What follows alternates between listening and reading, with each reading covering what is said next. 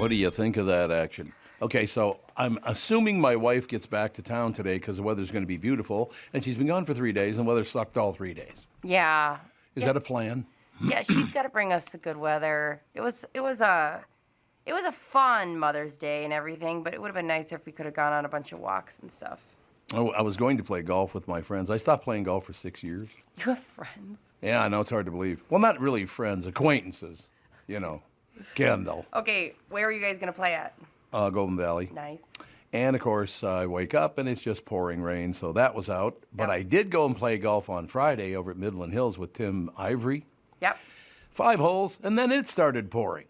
So 2 rounds of golf scheduled, got 5 holes total in, and sat in and watched television the whole weekend. Well, it's never nice here until the middle of June, consistently. I mean, you have nice days. It's going to be a nice week. It's going to be nice this week and this weekend. It needs to be.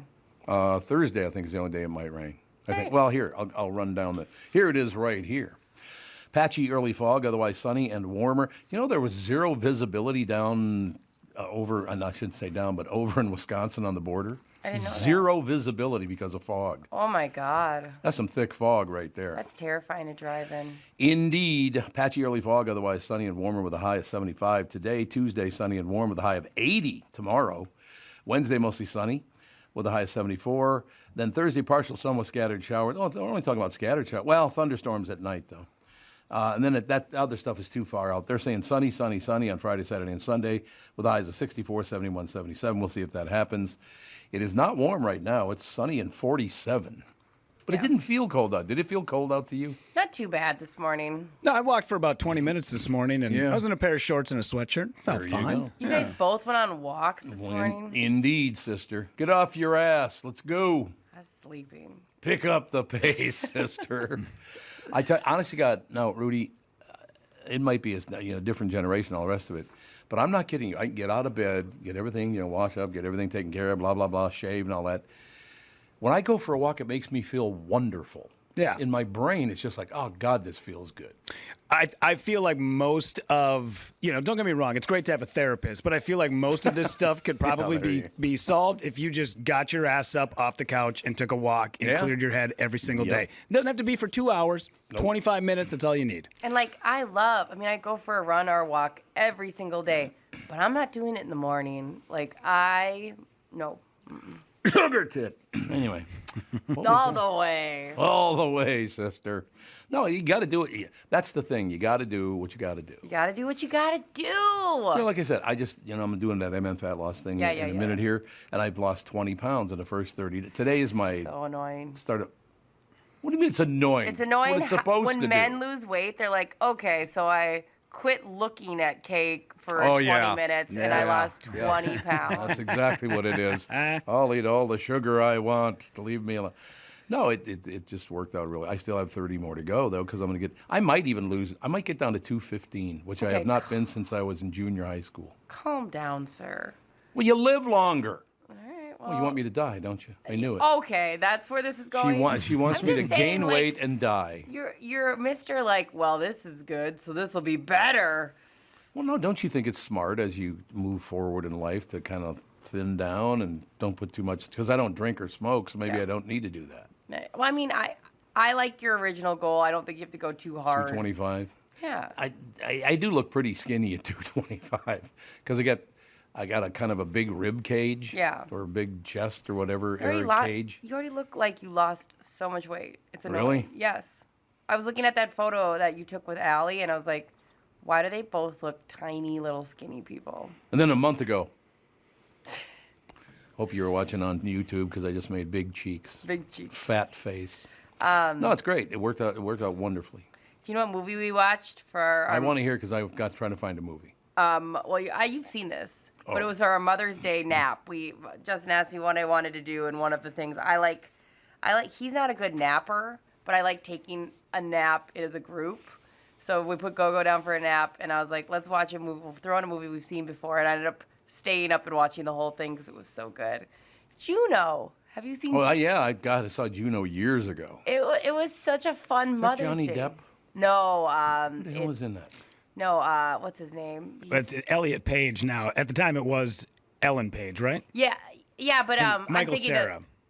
The Jason Bateman. Thank you. Oh, it's Jason Bateman? Yeah. I was Okay, like there the you go. dad. Yeah, and he's so icky in it. Icky? Yeah, he's There you not have it. great.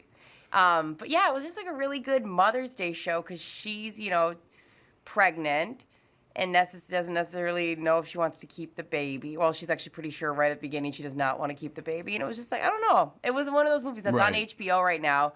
Throw it on. I think you'd get a kick out of it.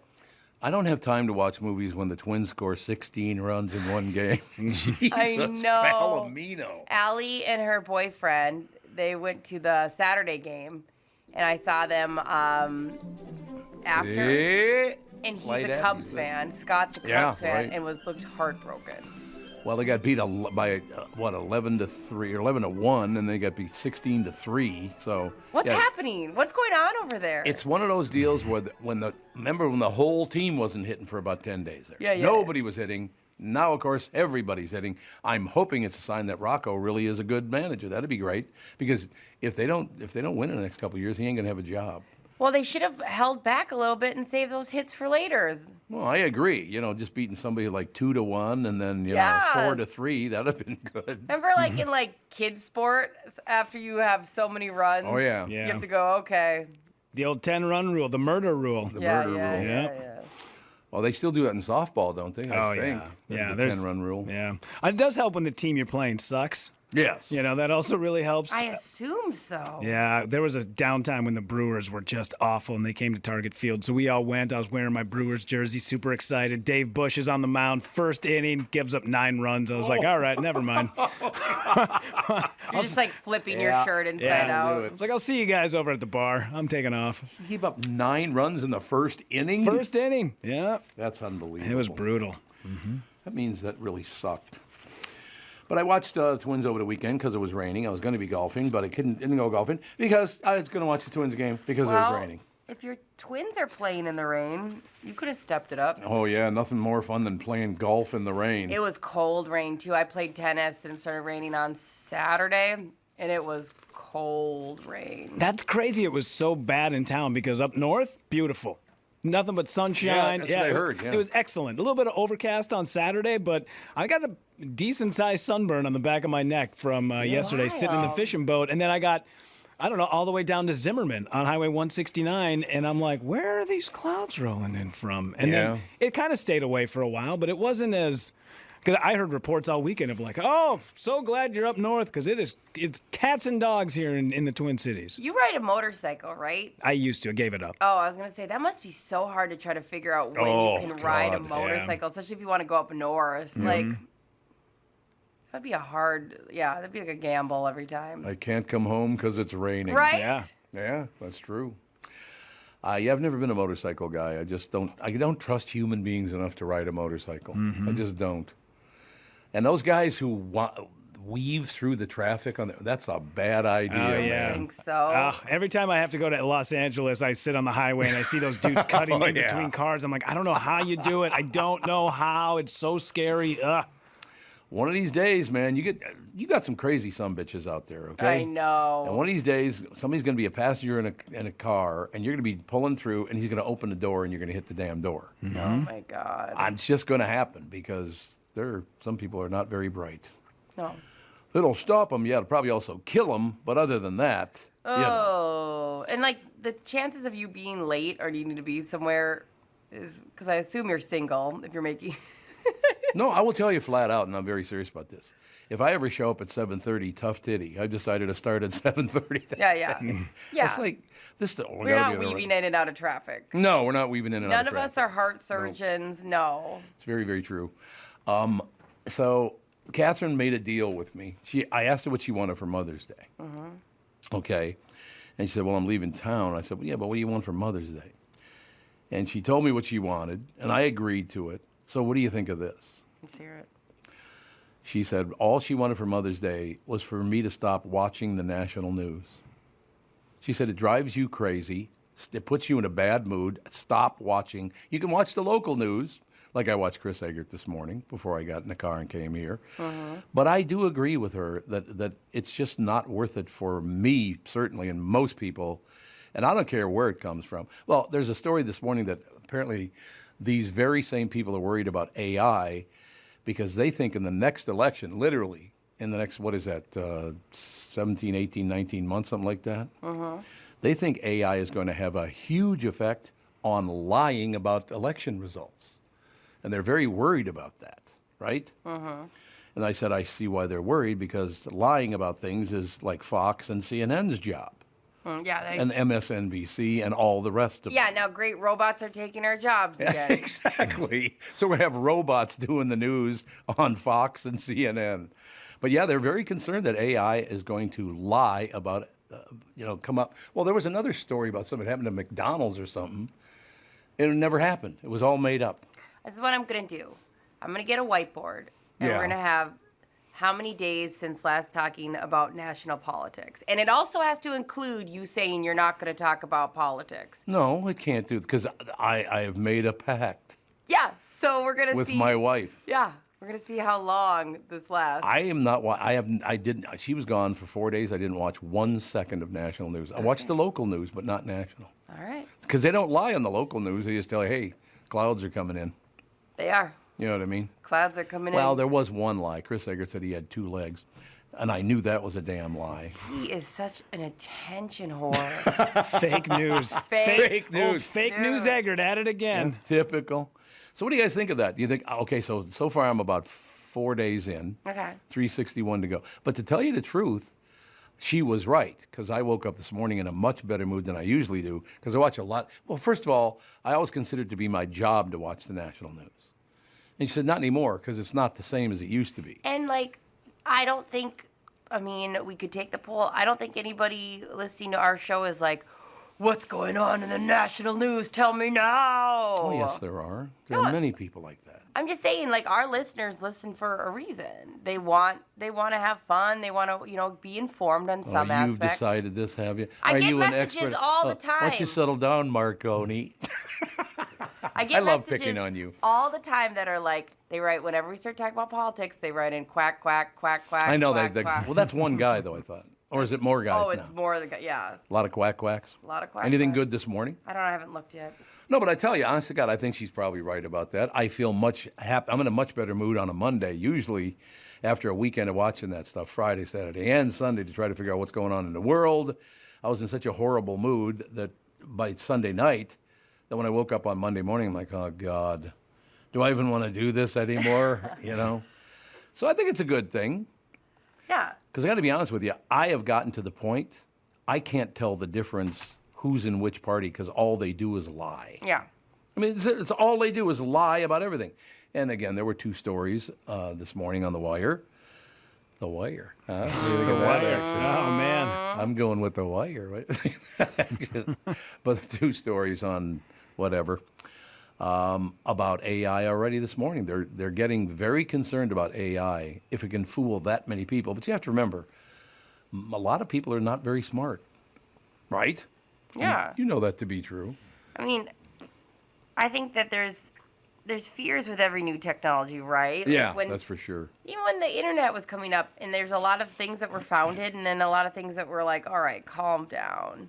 I think we need to definitely not get too hyped up about things that haven't even happened yet. The first thing I ever saw on a once streaming started, the first thing I ever saw on a desktop computer. What? A man's penis. I was going to say the Pam and Tommy video. No, it wasn't Pam and Tommy No? video, but Okay. close, very Yeah. close. It may as well have been the Pam Sure. and Tommy, because I'm walking by and Andy had a friend over at the time. I think they're in 9th grade or something like that. What year did downloading and streaming start? Not streaming, but I guess fax. You were streaming. What was that? The late. Probably late 90s. Yeah, because Late 90s? Yeah, Yeah, because that's about right. Because Pam and Tommy, I think, was around that 95-ish area, 94, 95-ish, and that was right at they were one of the first videos that you could click on and watch on the internet. Yeah. Do you know that guy made hundreds of millions of dollars off Girls Gone Wild?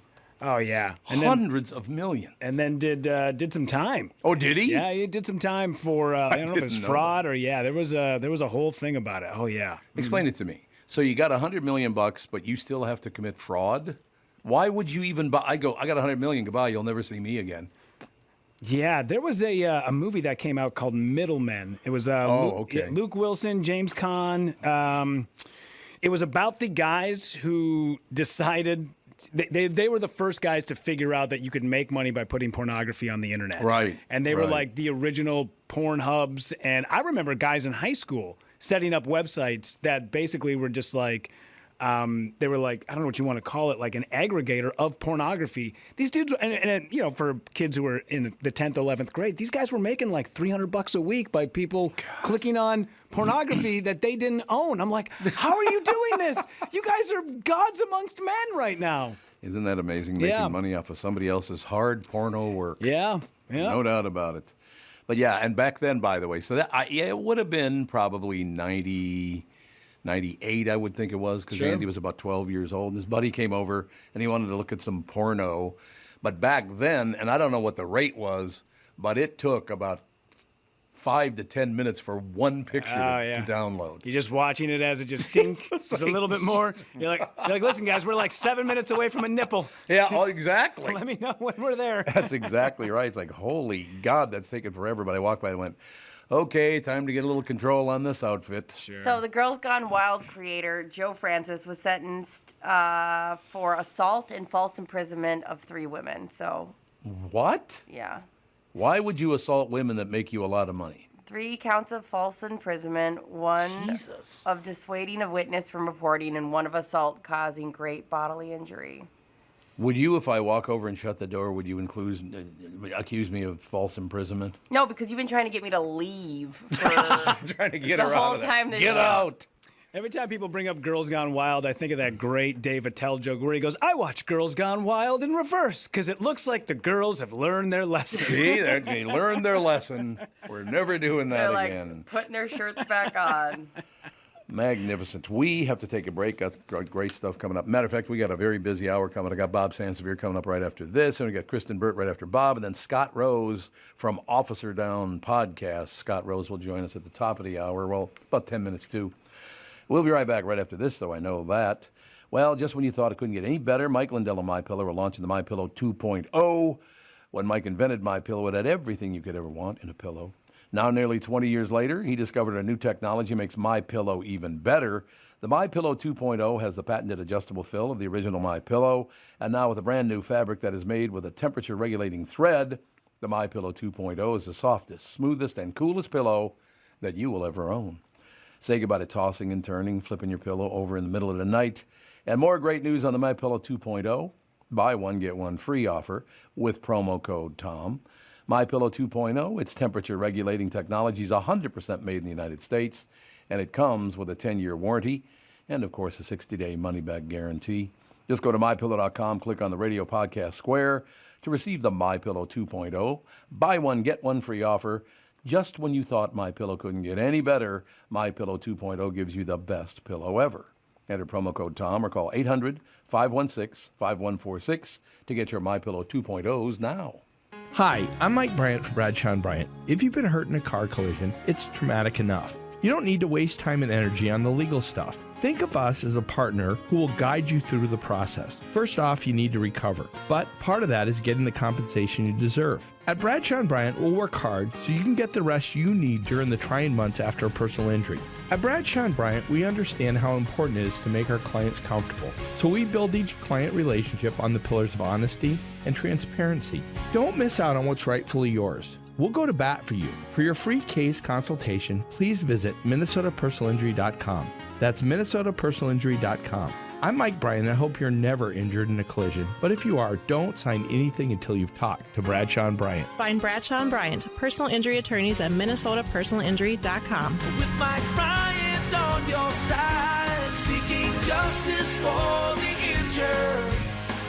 Bradshaw & Bryant. Tom Barnard here. Are you ready for some throttle therapy? Cruise the water in luxury on a brand new Bennington pontoon from Power Lodge. Enjoy sunset from the water, entertain the kids, and float on the lakes all summer long. It all starts at the Lodge, the Twin Cities' newest Bennington dealer, the Power Lodge, with locations in Brainerd, Onamia, Ramsey, and Miller Marine of St. Cloud. Hundreds of pontoons in stock across all Power Lodge locations. Your summer fun begins at Brainerd's newest Bennington dealer, the Power Lodge. Enjoy the best days of summer on your your favorite lakes in a brand new Bennington pontoon from the Twin Cities' newest Bennington dealer, the Power Lodge in Ramsey. With locations in Brainerd, Onamia, Ramsey, and Miller Marine in St. Cloud, and hundreds of Benningtons in stock across all locations, the Power Lodge is your destination before you hit the lakes this summer and cruise at sunset. Fun begins at the Lodge, the Twin Cities' newest Bennington dealer, the Power Lodge. Get some throttle therapy on land and water, millermarine.com and powerlodge.com,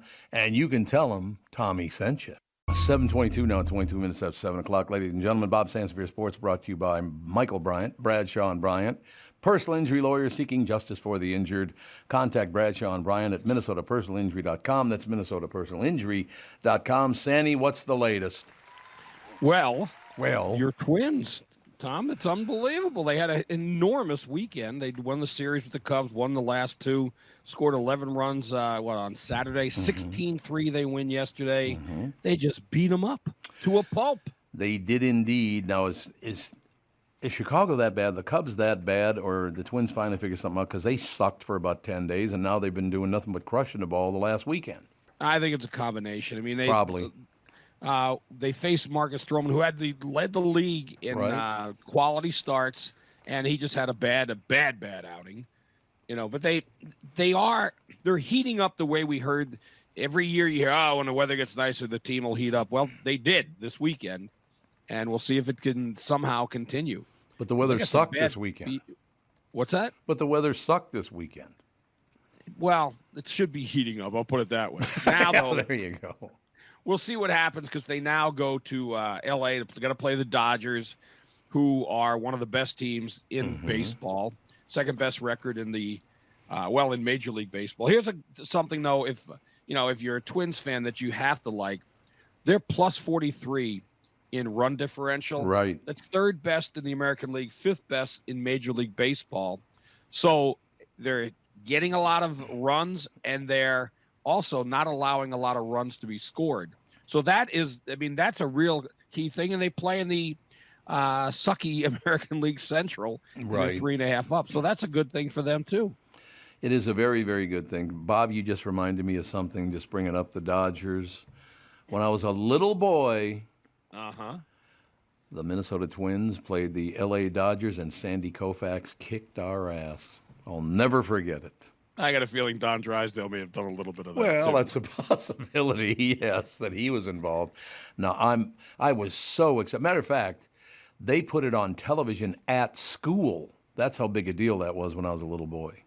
Wow, the only thing we ever got was and I was like in kindergarten, the Kennedy assassination. We got that in school. Oh yeah, God, no, that was a tough day. Yeah, I remember a lot of teachers weeping.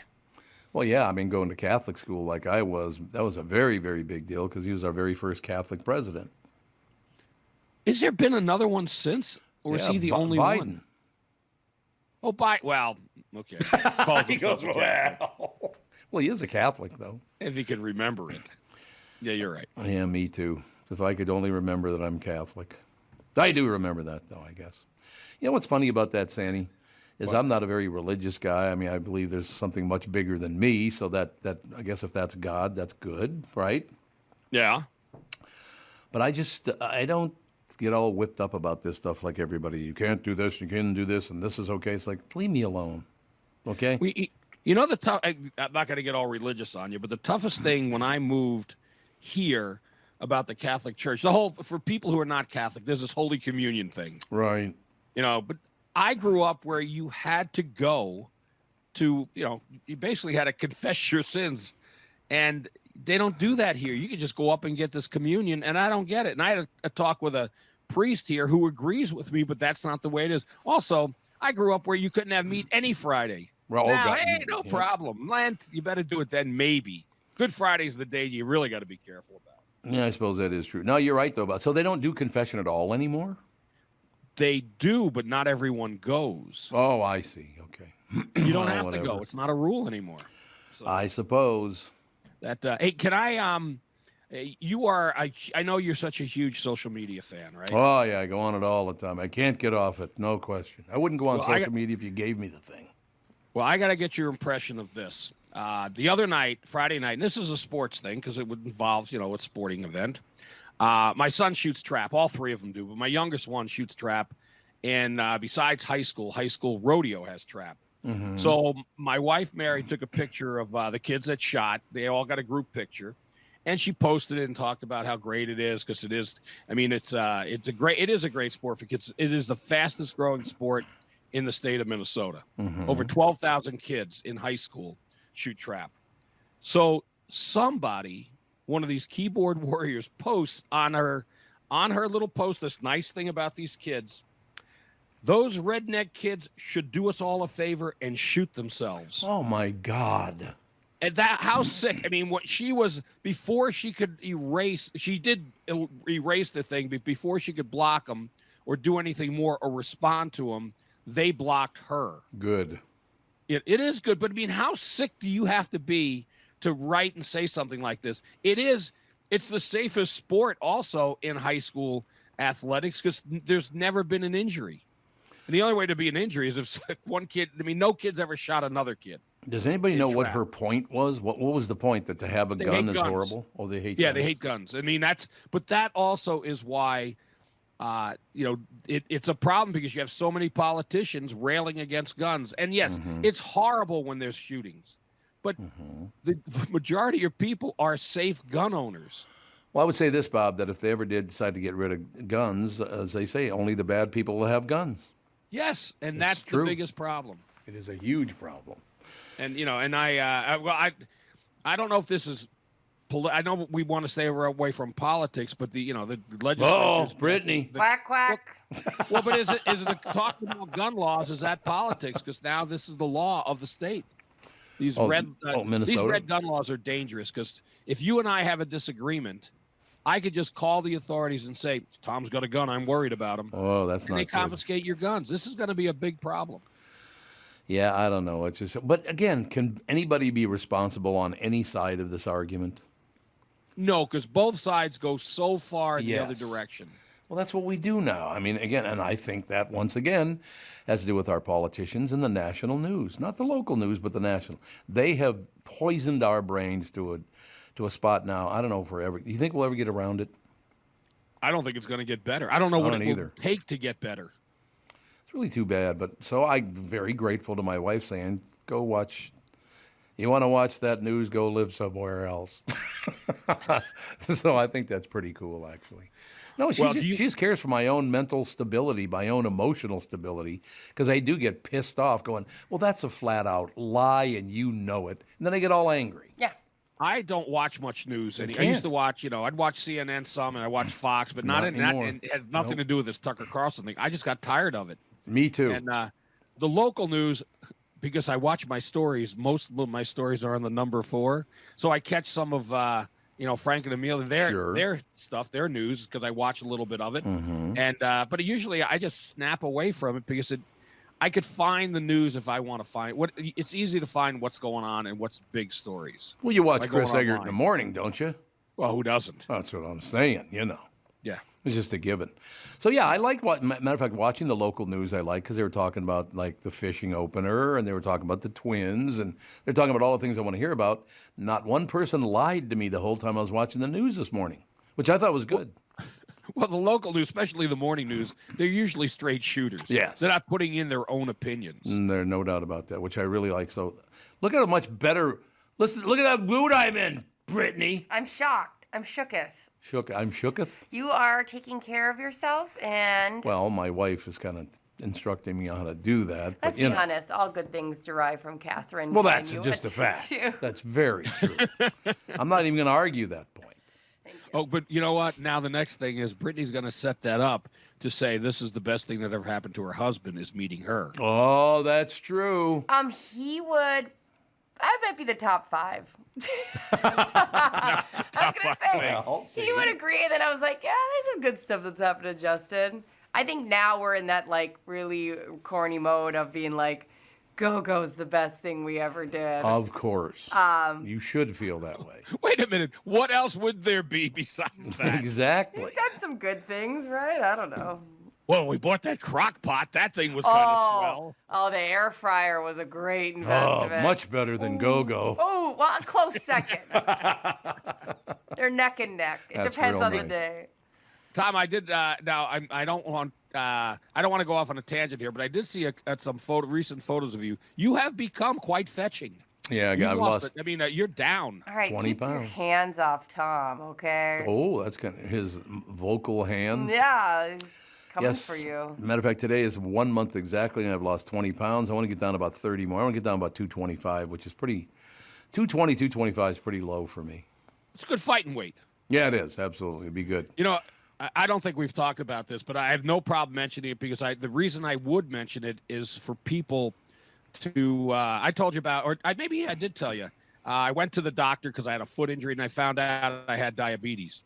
In a sense, it might be the best thing to happen to me. When did that happen? When? I guess I didn't mention it. 3 weeks ago. Holy buckets. No But I idea. mean, I completely. I didn't know. I'd gone, and the doctor said, "Well, you haven't had a blood test in a while, blood work." So it turned out my blood sugar. Well, it was higher than it actually should have been because they didn't say we're going to do blood work. So I didn't fast at all. I'd had like a high-rise sea salt caramel about 2.5 hours before. There's a shock. Well, because a week later, I just went for my foot. My regular doctor wasn't. He was off because he actually is the Timberwolves doctor too. So he was out of town sure. and off. Yep. But anyway. It came back, and when I heard that, I just completely changed everything about what I had to cut out the bread. You know, I love bagels, not anymore. Bagels. No milkshakes, no sea salt caramel milkshakes from Culver's, nothing like that. But I lost 15 in less than 3 weeks or about 3 weeks. That's good. And I do feel good. But the reason I'm saying it's the best thing that happened, I wouldn't have stopped what I was doing and what I was eating if it hadn't been for that. So, I mean, there are things that could motivate us, but the point I'm getting to for people, and someone did this when I told them, is if you have anything bothering you, go to the doctor and say, hey, what else can you check? Because I've heard those stories of people who go for something else entirely, then they find out they have something much more serious, Yeah. and they catch it in time before it gets even worse. I'm glad So- you cut it. How's your foot feeling? Well, the foot's fine. I mean, it was just all bruised and I went because it was swollen. What happened? I got my foot caught under. I may have told you this underneath a grate. Yeah. helping Oh, with the yeah. trap thing. But that was the best thing. If it hadn't been for that, I'd still be chowing on the bagels and those high-rise sea salt caramels. And it's just, I mean, it was a good thing. But a friend of ours, I'd mentioned that she went because she was concerned, and she found out she had diabetes. Really? So I mean, as we get older, many of us are susceptible. I think 1 in 3 or 1 in 4 people, once you get to be a certain age, you could get type 2 diabetes. But it's not like you have to give it's not like Passolt. Poor Passolt's had it since he was a kid. Yeah, little that's a kid. good one, yeah. I just want to be a doctor for one day so I can walk in on someone, look at the documents, and go, back off the slow pokes. What do you think? What? Don't you know what a slowpoke No. is? You don't know what a slowpoke is. Oh. It's a Rudy, candy, please right? tell me you know what a slowpoke is. I believe it's isn't it like a round chocolate candy type thing? It's that not what it is? round. It's Is that long round? and It's long and thin. Oh, Well, maybe gotcha. they make a round one. I don't know. They might. I don't know. But it's like a caramel. What the hell? It's not a popsicle. It's got like a caramel. It's like a caramel sucker. sucker. Yeah, it's a caramel sucker. That's exactly what it is. Kind of looks like there was another thing that looks like I can't believe Sugar you guys Daddy didn't know what a Pops. slowpoke is. Get out of the house once in a while, for Christ's Oh yeah, sake. that's what Let's it go. is. Yeah, that's because we grew up in the mid-'90s where everything was like a gelatinous, weird jelly, and it came out of a Yes. tube, and it was awful. It was so bad and Yes. gross. That's That why. stuff was terrible. Yeah, that's why I don't get Skittles. I don't understand Skittles. I don't either. Why would you I eat don't that either. when tiramisu is on the planet at the same time? couldn't Eat agree something more. so good. Yeah, I don't get it. Well, Bob mentioned it. Sea salt caramel. I'm good. I'm in. It's but the slowpoke is kind of like it's like a poor man's version and a longer version of the Sugar Daddy. Yeah. Remember those? But those are usually, I think those come in like the little nuggets. So when I looked this up, they do have Sugar Daddy Pops as well. So I feel like they were, and there's no W in Slowpoke when you're looking for it. SLO. Yep. Yep. That's exactly They right. misspelled. You know, now, Rudy, this would be good to listen to this show for any aspiring young comedians, because you better look at your audience and see what their generation is. Yeah. Because you're going to deliver a phenomenal line like Slowpoke, Yeah. and nobody knows what the hell it is. Boy, that's got to be a bitch now, I would imagine. You've got this Bambi-eyed bitch looking at you going, Bambi-eyed bitch. Is that Brittany over there? You're like slowpoke. So slow down on the slowpokes. And I was just like this, crickets. Because I can't believe you don't know what a slowpoke is. Because I know, like, all the stuff from my grandparents, my parents, all the stuff they used to get. No. But some people pay attention to it and other people don't. That's very true. I don't think that was around ever. Because I feel like I would have noticed a slowpoke. Bob, what do you think? I've seen. I knew what the slowpoke was, the candy, but I never had one because it never really appealed to me. Too sugary. That's why I use slowpokers. It's nothing but sugar. Much like Gelfand, I found it abhorrent they couldn't spell slow. Oh God, Gelfand. Gelfand every Thursday now, and that's why we should burn down the entire United States. He's been getting whipped up politically lately. I'll tell you that. He does get a little worked up. Woo! Calm down, Buster. Yeah, I have him. I get a double shot of Gelfand on the BS show every Wednesday. And, what do you want to talk about, Mike? Let's talk Trump.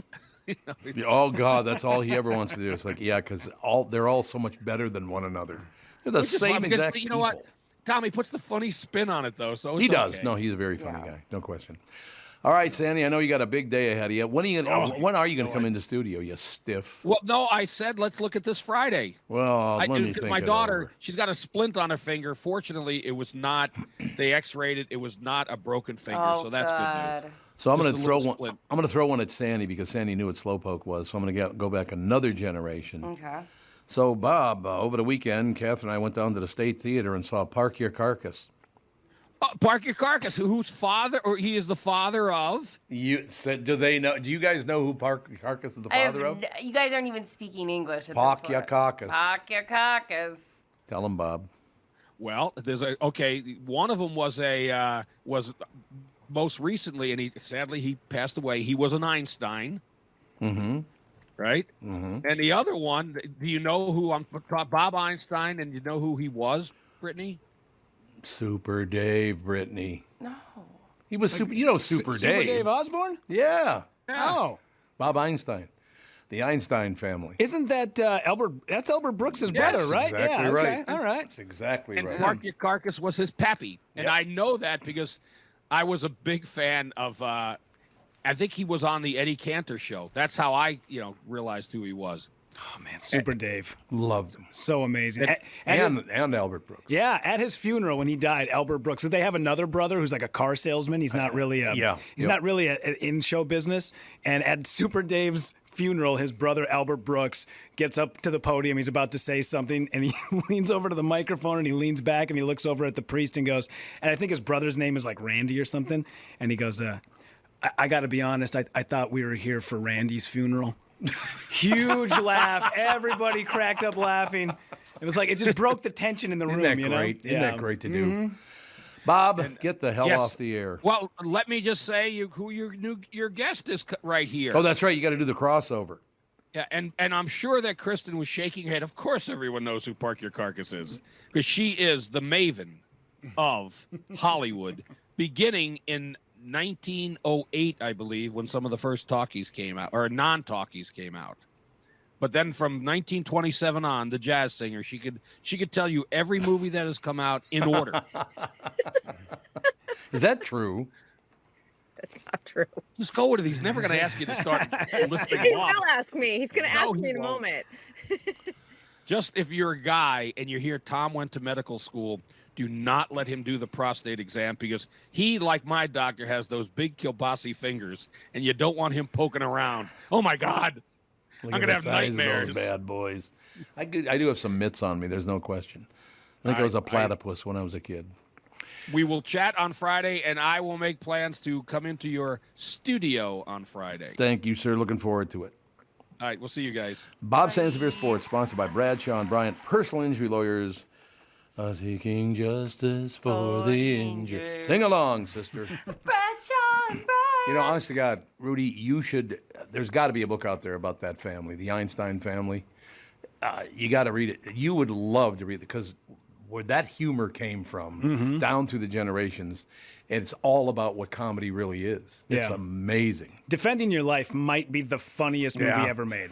Hands down. That was How long ago was that? Man? Oh, it had to have been late 70s, I think, maybe early 80s. Yeah. And 40 years ago. Meryl Streep, like one of her first roles, and just she's in the end on the bus when they're yelling at each other. Oh, my gosh. Oh, I'm getting verklempt. Please. Verklempt. That's all I'm saying. And now, ladies and gentlemen, back to reality with Kristyn Burtt and Brittany. What do you think? Woo, woo. No reality? You're gonna do the segment with me. I love it. We're talking reality. That's it. I love that. Anything any good? Okay, so Katherine was out of town for 3 days. It rained for 3 days. So I was looking for television entertainment. I ran out at about noon on Friday. Well, I gave you a list. How did you do with your list? Now, what was it again? He doesn't even know. Well, we had the Michael J. Fox documentary. I did watch that. It was phenomenal. Very told sad, you, I was though. like, you have to watch that. That was part of your homework. Made me his tear story is phenomenal, and his legacy is going to live well beyond. And I think what's amazing with him is he's had an incredible acting career, but I don't think people give him enough credit for the amount of money he's raised for research for brain diseases. Yeah, that was so. Why did they have to use that picture of him with that big cut over his left eye? Remember they had a big cut right on. Yeah. I think they want to show what it's like. I mean, because Parkinson's it's a debilitating disease. I just lost my uncle to it in January. Did you really? Yeah, and he only lasted 4 years with it. It's it's such an individual disease. My uncle was young too, and it's one of those situations. I think it's important where you have someone like Michael J. Fox, who's had access to every single trial, and he's been able to live this long because he was diagnosed in 1991. But for other people, it's a short battle. So I'm glad it draws attention to raising the money and hopefully one day finding a cure. The scariest thing about the movie still is at the very beginning, Michael J. Fox wakes up after a big booze fest the night before. He's very hungover. And he looks down, and his little finger is moving back and forth, and he has no idea. He's not doing it. His little finger's moving back and forth, and that was the first sign he had Parkinson's. Oh, God, that was hard to watch. It's heartbreaking, and I think too, I think a lot of people forget that he did have a battle with alcoholism, and understanding that and how that played into. Not necessarily the Parkinson's, but played into his mental state and how he was coping with it once he got the diagnosis. No question. I mean, I would say, yes, you should watch it. But if you're a fan, get ready to have a little towel with you. Jesus, that thing is sad. It is sad. It's incredibly sad. And I think the other aspect of it is he's very honest, and he understands that he's in the last chapter of his life. He's like, this disease is going to take my life, and it's going to take it sooner versus later at this point. Yeah, I mean, he literally, I guess it was described to me once by a doctor, said when you have a very, very severe case of Parkinson's, you walk like an octopus swims. Your limbs are going every direction, and it's just, man, that was tough to watch. But thank you for telling me, because I'm really glad I did watch it. Yes, I was like, you have to watch that. Yep. Did you catch Air, the Ben Affleck movie? Because I do like Ben Affleck and those guys. But is it all just about sports? Because I hate those movies. You don't like sports movies? No. Well, it's not. I mean, Michael Jordan's not in it. I mean, he plays a figure in it, but it's more of a business movie, the shoes, I would right? say. Yeah. It's about the Air Jordan, the creation of the Air Jordan. So. It's the only movie that was ever made about a shoe that made me cry. That's what I hear, yeah. Viola Davis is just... I like her. I like everybody in it, and I like the producers. I like the writers. I think you'll like it. Maybe I should watch it. Yeah, you're right. I think you need to sit down and watch it. You can even watch it. It's not that long, but you can watch it in, an hour at a time. Oh, is it really 3 hours? No, it's like 2 hours. Well, I could do that. Okay. I can do that, not a problem. But yeah, a lot. So there are a few good things. How about new streaming? Because this is going to be a problem because everybody's on strike, right? Well, yeah, and I think this is kind of important to mention. We are hitting week 3 of the writers' strike, and I think that we're starting to feel like what's happening, and the Tony Awards. See, and I think people don't even understand. Like, well, it's no big deal. They're postponing the Tony Awards. Talk to a producer in New York City about postponing the Tony Awards. They're freaking out because this was what drives their box office dollars for the summer. Yep. And what wound up happening is that the producers of the Tony Awards asked to get a waiver to have Writers Guild writers help produce the show. They did not grant the waiver. And in the past, waivers have been granted. The 1988 writer's strike, they actually granted the Tony Awards a waiver. In 2008, when we had the writer's strike, the Grammy Awards got a waiver. They're not granting waivers. They just want to hit the producers hard over this. But what it's doing is hitting Broadway very hard. And that part of the entertainment industry has not recovered from the pandemic. They are still struggling. God. Shows are like just squeaking by, and they were hoping that the Tony Awards would boost the box office. Isn't it amazing if we do find out 20 years down you find out 20 years down the line that this was all BS, that all those businesses suffered because we overreacted to something. I'm not saying we did, but it is a possibility. I don't think we need 20 years to figure out that it was BS. I think we're kind of figuring that out now. I hope you're right. I hope you're right, because it can never happen. If that is true, this can never happen again. Yeah, I mean, the pandemic, and that's the other thing, too, when you're looking at production, I mean, that shut down, and I don't know if people also understand, like, for every day that one production is shut down, that is a 6-figure number. Right. For one TV show. Right. So we are losing billions by the day. We are seeing jobs cut by the day. And I'm telling you, I also think that this theory is out there. The studios are okay with this strike going on because they knew that they needed to cut positions anyway. They're going to blame it on the strike instead of blaming it on their overspending and the economy. Oh, more lies? Really? More lies from Hollywood. Shocking. Hard to believe. Really shocking. Shocking. Yeah. And they'll be, well, it's the writer's fault. There's not enough positions in Hollywood now. Sure. Oh, okay. Sure. All right. Everything else good? Everything else good. Hey, today, because we're going to be hearing a lot with upfronts. They're happening this week. We'll start hearing about the slate for the fall. So we'll have a lot of news about that this week. Oh, good. But the founder of Pluto TV is giving away 55-inch HDR TVs. I saw that. I saw that. You see that? You guys, if you're interested in this, now there's a catch to it, but I'll tell you, they've already opened up the registration process. It's at freetelly.tv. That's TELLY, freetelly.tv. You have to download the app and register. But the point is that they're going to have targeted advertising and collect your data in exchange for a brand new TV. Oh my God. Well, 55, that's pretty good television. It's great. And they're saying like, hey, we're going to make sure that this doesn't get like outdated very quick. We're going to update it with software regularly. It's not just for watching TV and movies. It's going to be interactive for those of you who are gamers, for those of you who like to work out at home. It has an HD camera on it that you can even hide so that you have privacy. So they've kind of thought of everything, and it'll be really interesting to see how this plays out. Isn't that, you can see it behind Brittany. That's about a 55-incher, isn't it? You think? How big do you think that is? Yeah, I can't see the full aspect of it. It might even be a little bit more like around 60. Oh, yeah. 62 maybe? Yeah, maybe. That's a big television. And we turned it on just in time so Brittany's picture can pop up right behind Brittany. What a great idea. That's what I'm going for. Well, I know it's typical of you. More me now. Obviously. And yes, you can use it with your Roku. Since I see you guys have a Roku, you can use it with your Apple TV. It can be integrated. So if you have questions, it can be integrated with your cable box if you're old school and have not cut the cord. So they've thought of everything. If you want a free television, freetelly.com.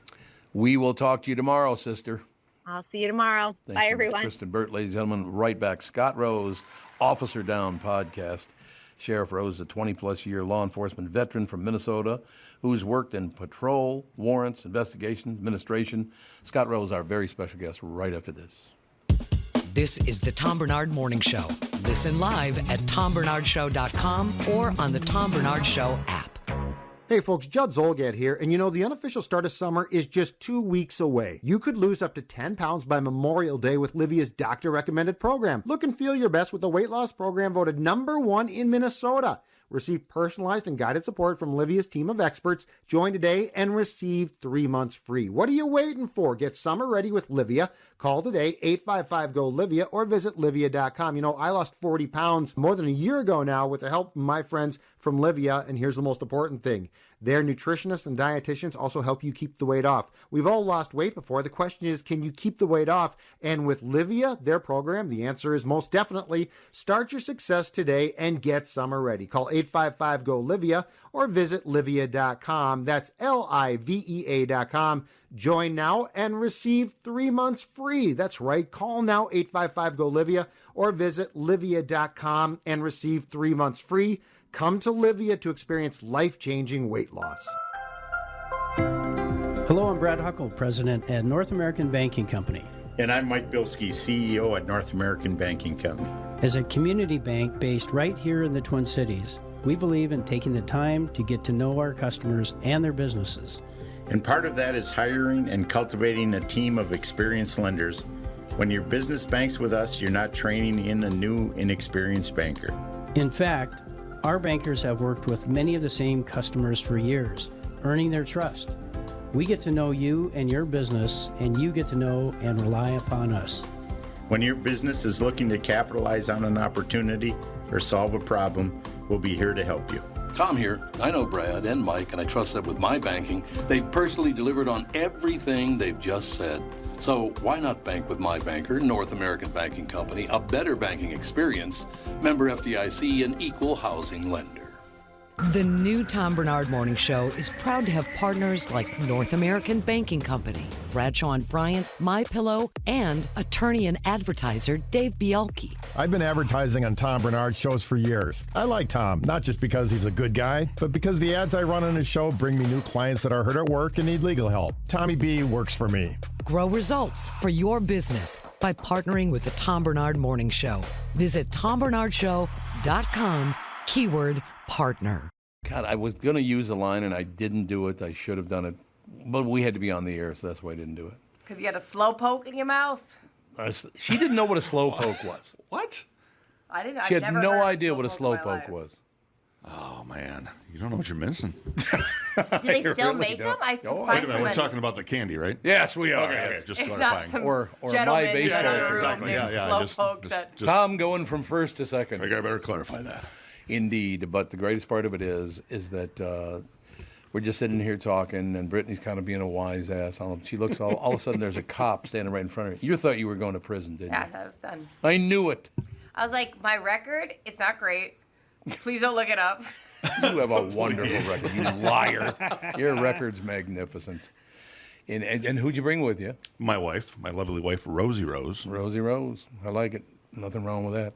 She wants to stay silent and doesn't want to listen to the show because Brittany's on it. No, that's not what you said. Brittany intimidates her. I get so Oh, she yeah. intimidates Right? me. Yeah. Right? I'm sure that's what It's because of the photo that comes up. That's why. Okay, when you're standing there with your arms crossed. Yeah. Let me tell you something. Ladies and gentlemen, Scott Rose, Officer Down Podcast. Sheriff Rose, a 20-plus year law enforcement veteran from Minnesota, has worked in patrol, warrants, investigations, administration. During his career, he's on the board of directors for the Minnesota Law Enforcement Memorial Association and the Law Enforcement Memorial Foundation of Southeastern Minnesota. Law enforcement is a second career for Sheriff Rose. Prior to law enforcement, he attended broadcasting school. Get out. I did. Perfect face for radio. So, well, don't bring that up. I know. My father, he thought it was a great career choice. So, did you get into radio? I did. I worked in. I went to school in Phoenix. Right. I went to the Ron Bailey School of Broadcasting in downtown Phoenix, and I went from there to work for radio stations in Nebraska, Kansas, back to Nebraska. Then I worked for Laser and Fox down in Rochester before I got into law enforcement. Okay, so basically you said, I've had enough of this. I want to go arrest someone. You know, I started volunteering part-time at the sheriff's office. And one of the things we had to do as a volunteer was we had to do ride-alongs. And I did ride-alongs overnights, and I got hooked on it. I loved it. And I ended up going back to school and changed my career. My dad was a deputy. He was a deputy. Oh, there you go. You and I have both done a ride along with K9 Unit. Right. And it is, I had like a 20-second moment. So I'm ex-military. I was 20-second moment being like, this is actually, it's fun. Crazy. It's like, fun. So I could see that. I could see that, like, it's its own world. Yeah. Oh, I loved it. I loved it. So, And what, did you stick to overnights then? I stayed overnights for a long time. I turned down days several times. Really? Because I loved working over. That's my favorite spot was overtime. Were you guys married at the time when you turned down? We've been together since 1989, so we've been married. She married a DJ. She married a rock and roll DJ. Oh, disc jockey. She must love you. She apparently.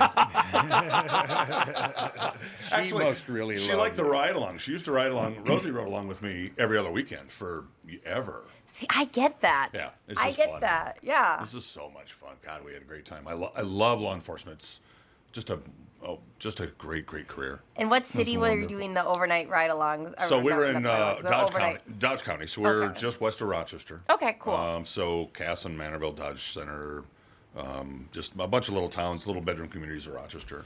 And God, we had fun. It was just every night, you never knew what was going to happen. But, but I liked being able to help, as cliche as it sounds, do my little part in making our community a little bit better for my kids.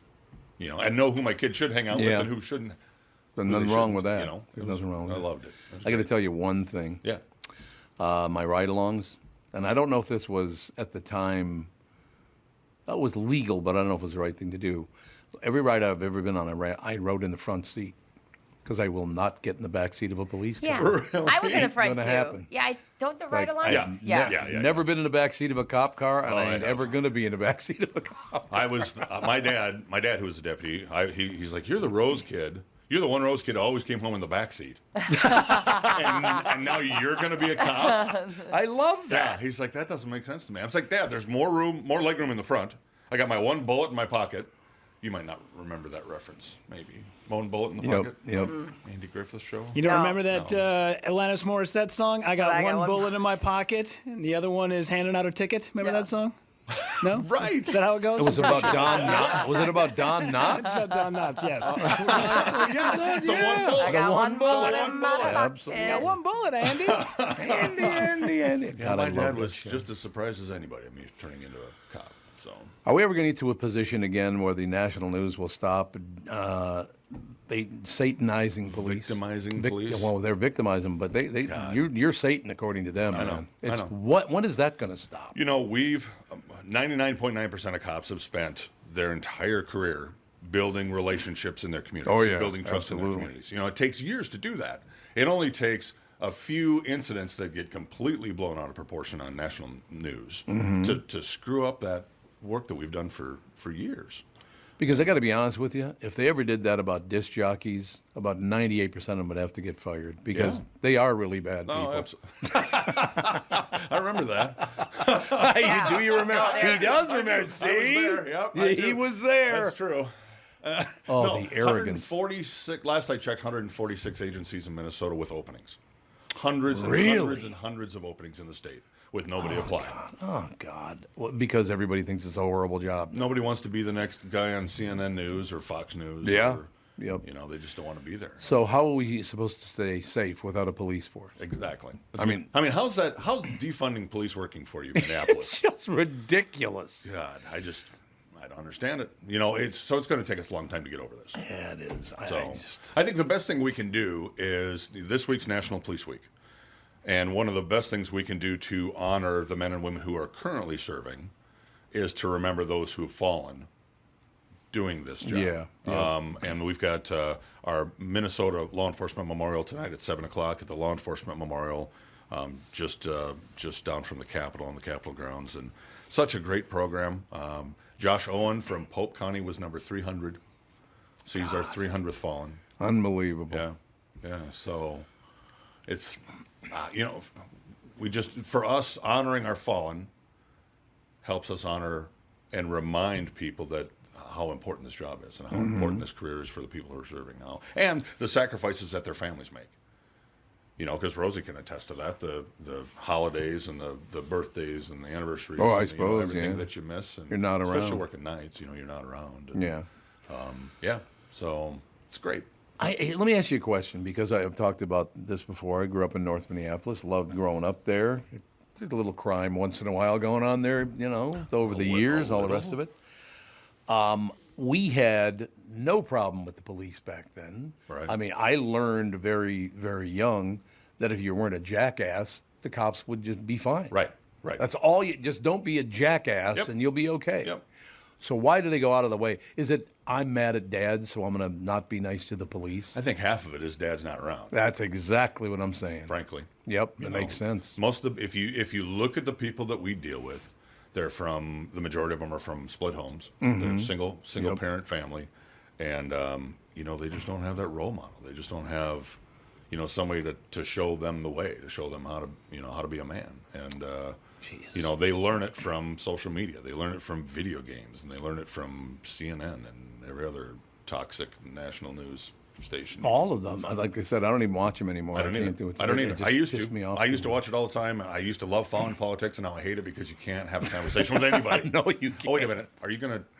Don't you have like a political swear jar or something? Yeah, you got to. Yeah, Oh, yeah. we do the. I'm not going to quack, Wait, quack. does that? Oh, quack quack. Quack, quack. Yeah. Where'd that come from? I both respect and like Scott, so I'm not going to quack, quack. Not him. you. But me, you will. She'll do it, but not to you. Okay. I got to come here more often. It's police week, okay? I'm not going to quack, This week. quack. It's an important week. I love reading this because it says on my sheet, this week is National Police Week is the week. Oh yeah. Well, who wrote that? Listen, Somebody from radio? Jesus Christ, it's Monday. Listen, I think we figured out now. I am here because I don't know how to spell. It is. There you. It's No, you everything spelled the else. words right. It's everything else. I'm very good at it. Oh, yeah, Spelling he's is like not- great yeah. editor. Is he? He's so good at things, but you get him to spell. Ooh. Oh, yeah, no, terrible at grammar. Yeah. Oh, it's so You spelled all the words right. Just in the wrong order. Yeah, Yeah, that's that's fine. true. Scott, I do have a question for you, though, Yeah. because I've always wondered about this. A good friend of mine I went to high school with, became a sheriff in northern Minnesota. And, we were guys that, we went to pit parties, we had keggers, we hung out, we did stupid things. But now that he's in his, upper 30s, low 40s, we try to have a barbecue sometimes, and everybody is a little on edge around him. Because we don't want to have one too many beers. We don't want to have, because then we're like, hey, we got to run and go pick up the kids from Little League. And it's like, Right. do you ever have a hard time being around like friends and family that if you're at a barbecue and it's a Sunday, they're kind of looking at you going, Yes. okay, right on. Well, Good to know." except for the fact that I was that guy in the back seat. I don't know if I mentioned that. Right, you did. So, Yes, you did. So that doesn't surprise them about me. Mm-hmm. However, it's just the expectations are different. We're set to a higher standard, and that's part of the job. And I don't know.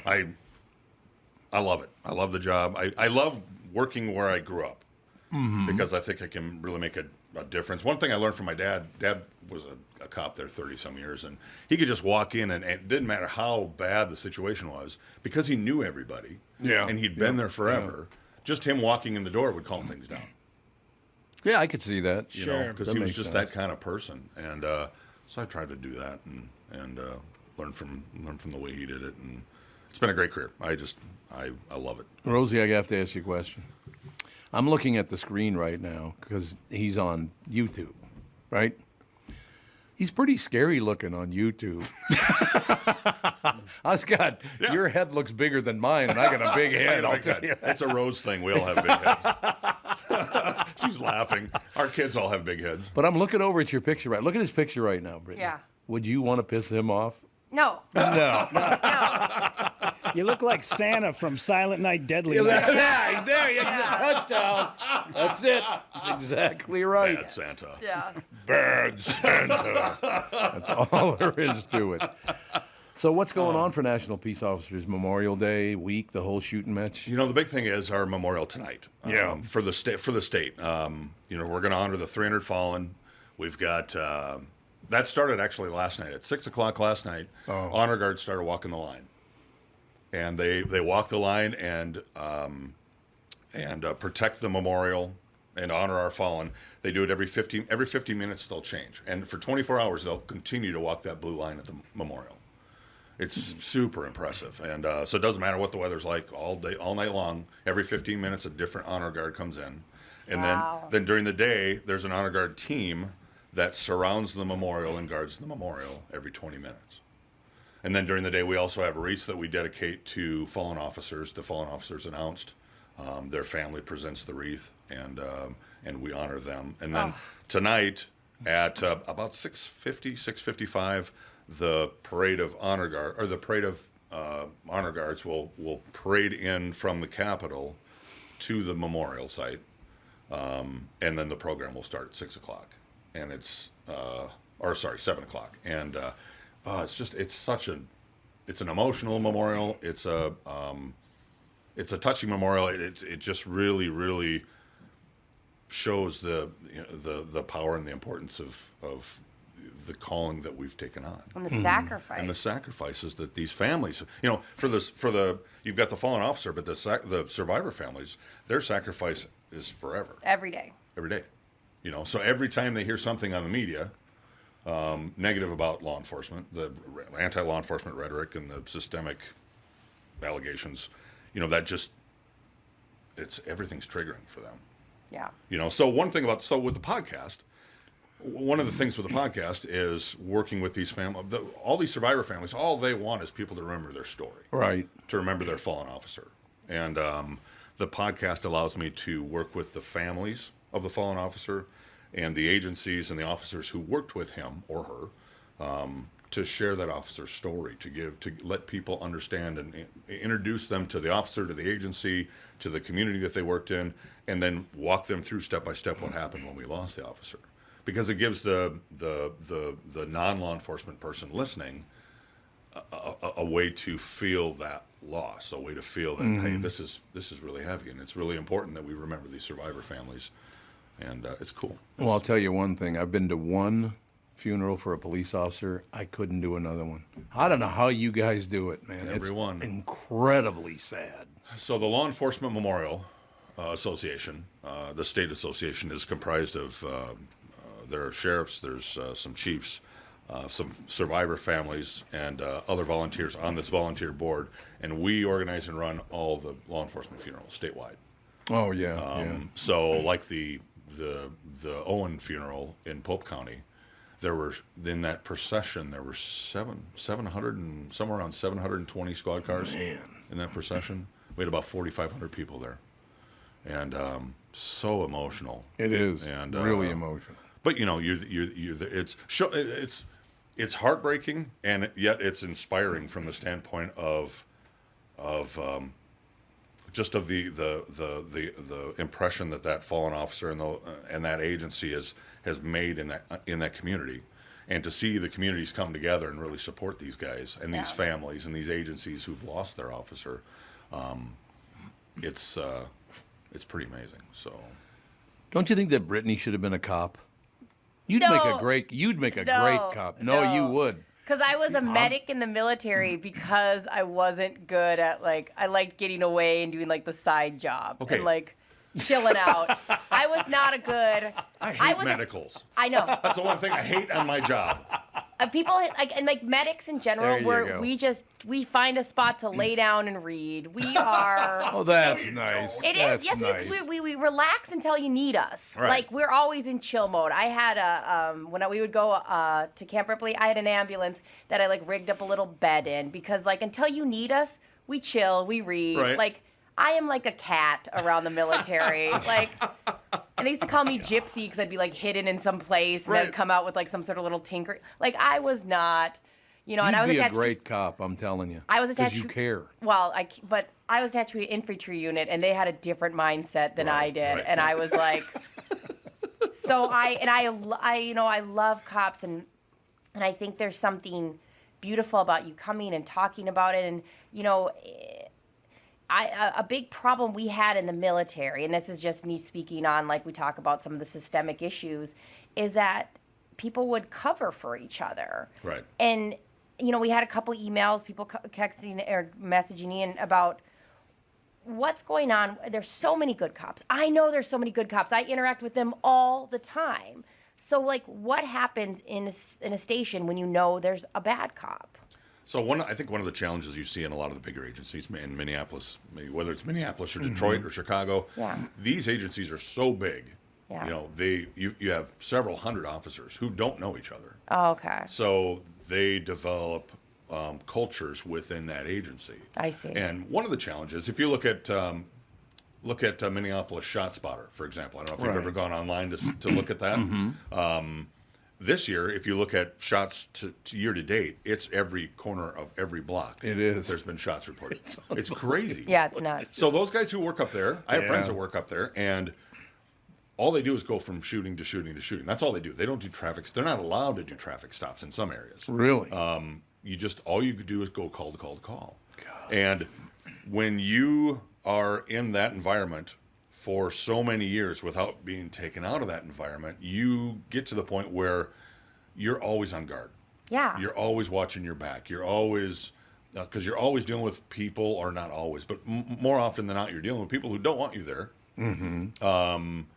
And that becomes your norm. So it hardens you. Yeah. You know, so a lot of agencies really try and move people from either precinct to precinct or different assignments, whether it's investigations, whether it's DUI enforcement or whatever. You know, different areas, so they don't get complacent or cold or they don't get stuck in that one area. Yeah. But for those guys that are working those high crime areas and they do it year after year after year after year, it changes you. Yeah. I mean, the job changes you anyway. There's so much stuff you see in here that you can't unsee. I know. I couldn't do that. Yeah, you can't. And, you know, so you just have to find a way to manage it, and some can and some can't. Yeah. You know, and it's a struggle. Well, thanks for letting me speak to that. And ask that. Absolutely. Could you just delete that, Rudy, to the part where she was talking? This is the whole show. Actually, they don't even record. Mine doesn't even go out. It doesn't even go out at all. This is like a Make-A-Wish program that I'm just leaving in here. Yeah, exactly. You know, when you look at 900,000 cops nationwide, and you look at how many millions of contacts that they have with people, and it's one or two here and there that get into an incident where it's criminal. Yeah. There's no numbers that support systemic, whether it's systemic use of force or systemic racism. There's no numbers to support that nationally. Now, there may be certain cultures in different agencies that have issues that need to get cleaned up. Absolutely. You know, because but the reality is nobody hates a bad cop more than a good cop. That's what I agree. That's how I mean, it must be true, just because in the military, we all knew. I mean, we were very protective of everybody, which was terrible. I mean, I'll be very honest. Absolutely. I'll speak on that. When an infantry unit, you know the people who are crazy. You know the people that shouldn't have guns, and you just go, watch out! Don't walk in front of that one. You know. Right. And we're so protective over our people, and so I always had that mindset. So it is amazing to hear, because I assume so, and I got to do a ride along with Andy Stender with his dog Booker, who baby Booker. I've been so lucky, and the interactions I've had makes me have faith in police officers, and I love hearing that there's nothing that a good cop hates more than a bad cop. No, it's true, and but the bond that you get with the guys that you work with is unlike no other bond you're ever going to have in any other line of work. Yeah. Because those guys will die for you. Yeah. And law enforcement's no different. Law enforcement's very different than any other first responder job too. There's no other first responder career where you send one guy into the fire. Mm-hmm. You know, the fire department's never going to send one guy into a house fire. You know, they're going to send a team. Yeah. Right. In military, you were in the military. My youngest son's in the military. They don't send one guy in; they send a team in, because they're gonna go in and dominate and take care of whatever the problem is. With law enforcement, we send one guy in, and we expect him to go in, whether it's an active shooter in a school or whether it's a domestic or whatever the case may be. It's the only career like it where we expect one guy to be willing to run in when everybody else is running out. And then armchair quarterback everything that he does when the call goes to shit. Right. Excuse my language. We'll get by it. Show yourself. I know. Sorry. One of my favorite stories of all time. I'm 4 years old. We at the time lived at Spruce Place, right about half a block off of Loring Park. Yep. We'd moved a few months later, I do remember, but I was playing out front because we lived in an apartment building. Right there, 1200 Spruce Place. And I'm playing out front, just having a great time. I'm 4 years old. Just everything's wonderful. And I hear, young man, and I look up, and I keep looking up, and I keep looking up, because there's a cop in full uniform. He's about 6'2". He goes, "Are you Tom Barnard?" "Yes, sir, I am." He goes, "You need to come with me." I'm like, "What?" He said, "You need to come with me right now. We're going to go see your mother." Turned out to be her cousin. Oh, so mean. That's so mean. As a kid, Lamont Dean. I think about my Lamont nephews. was one of my favorite people on earth. I loved that man. Lamont Dean. Now that's Lamont a name. Dean. That was her cousin, Lamont. He died just a couple years ago. He lived to be like 92 years old. That would scar kids. I mean, you can tell that you have a visceral memory of that. Oh God, it scared the piss out of me. Cops tend to have a different sense of humor.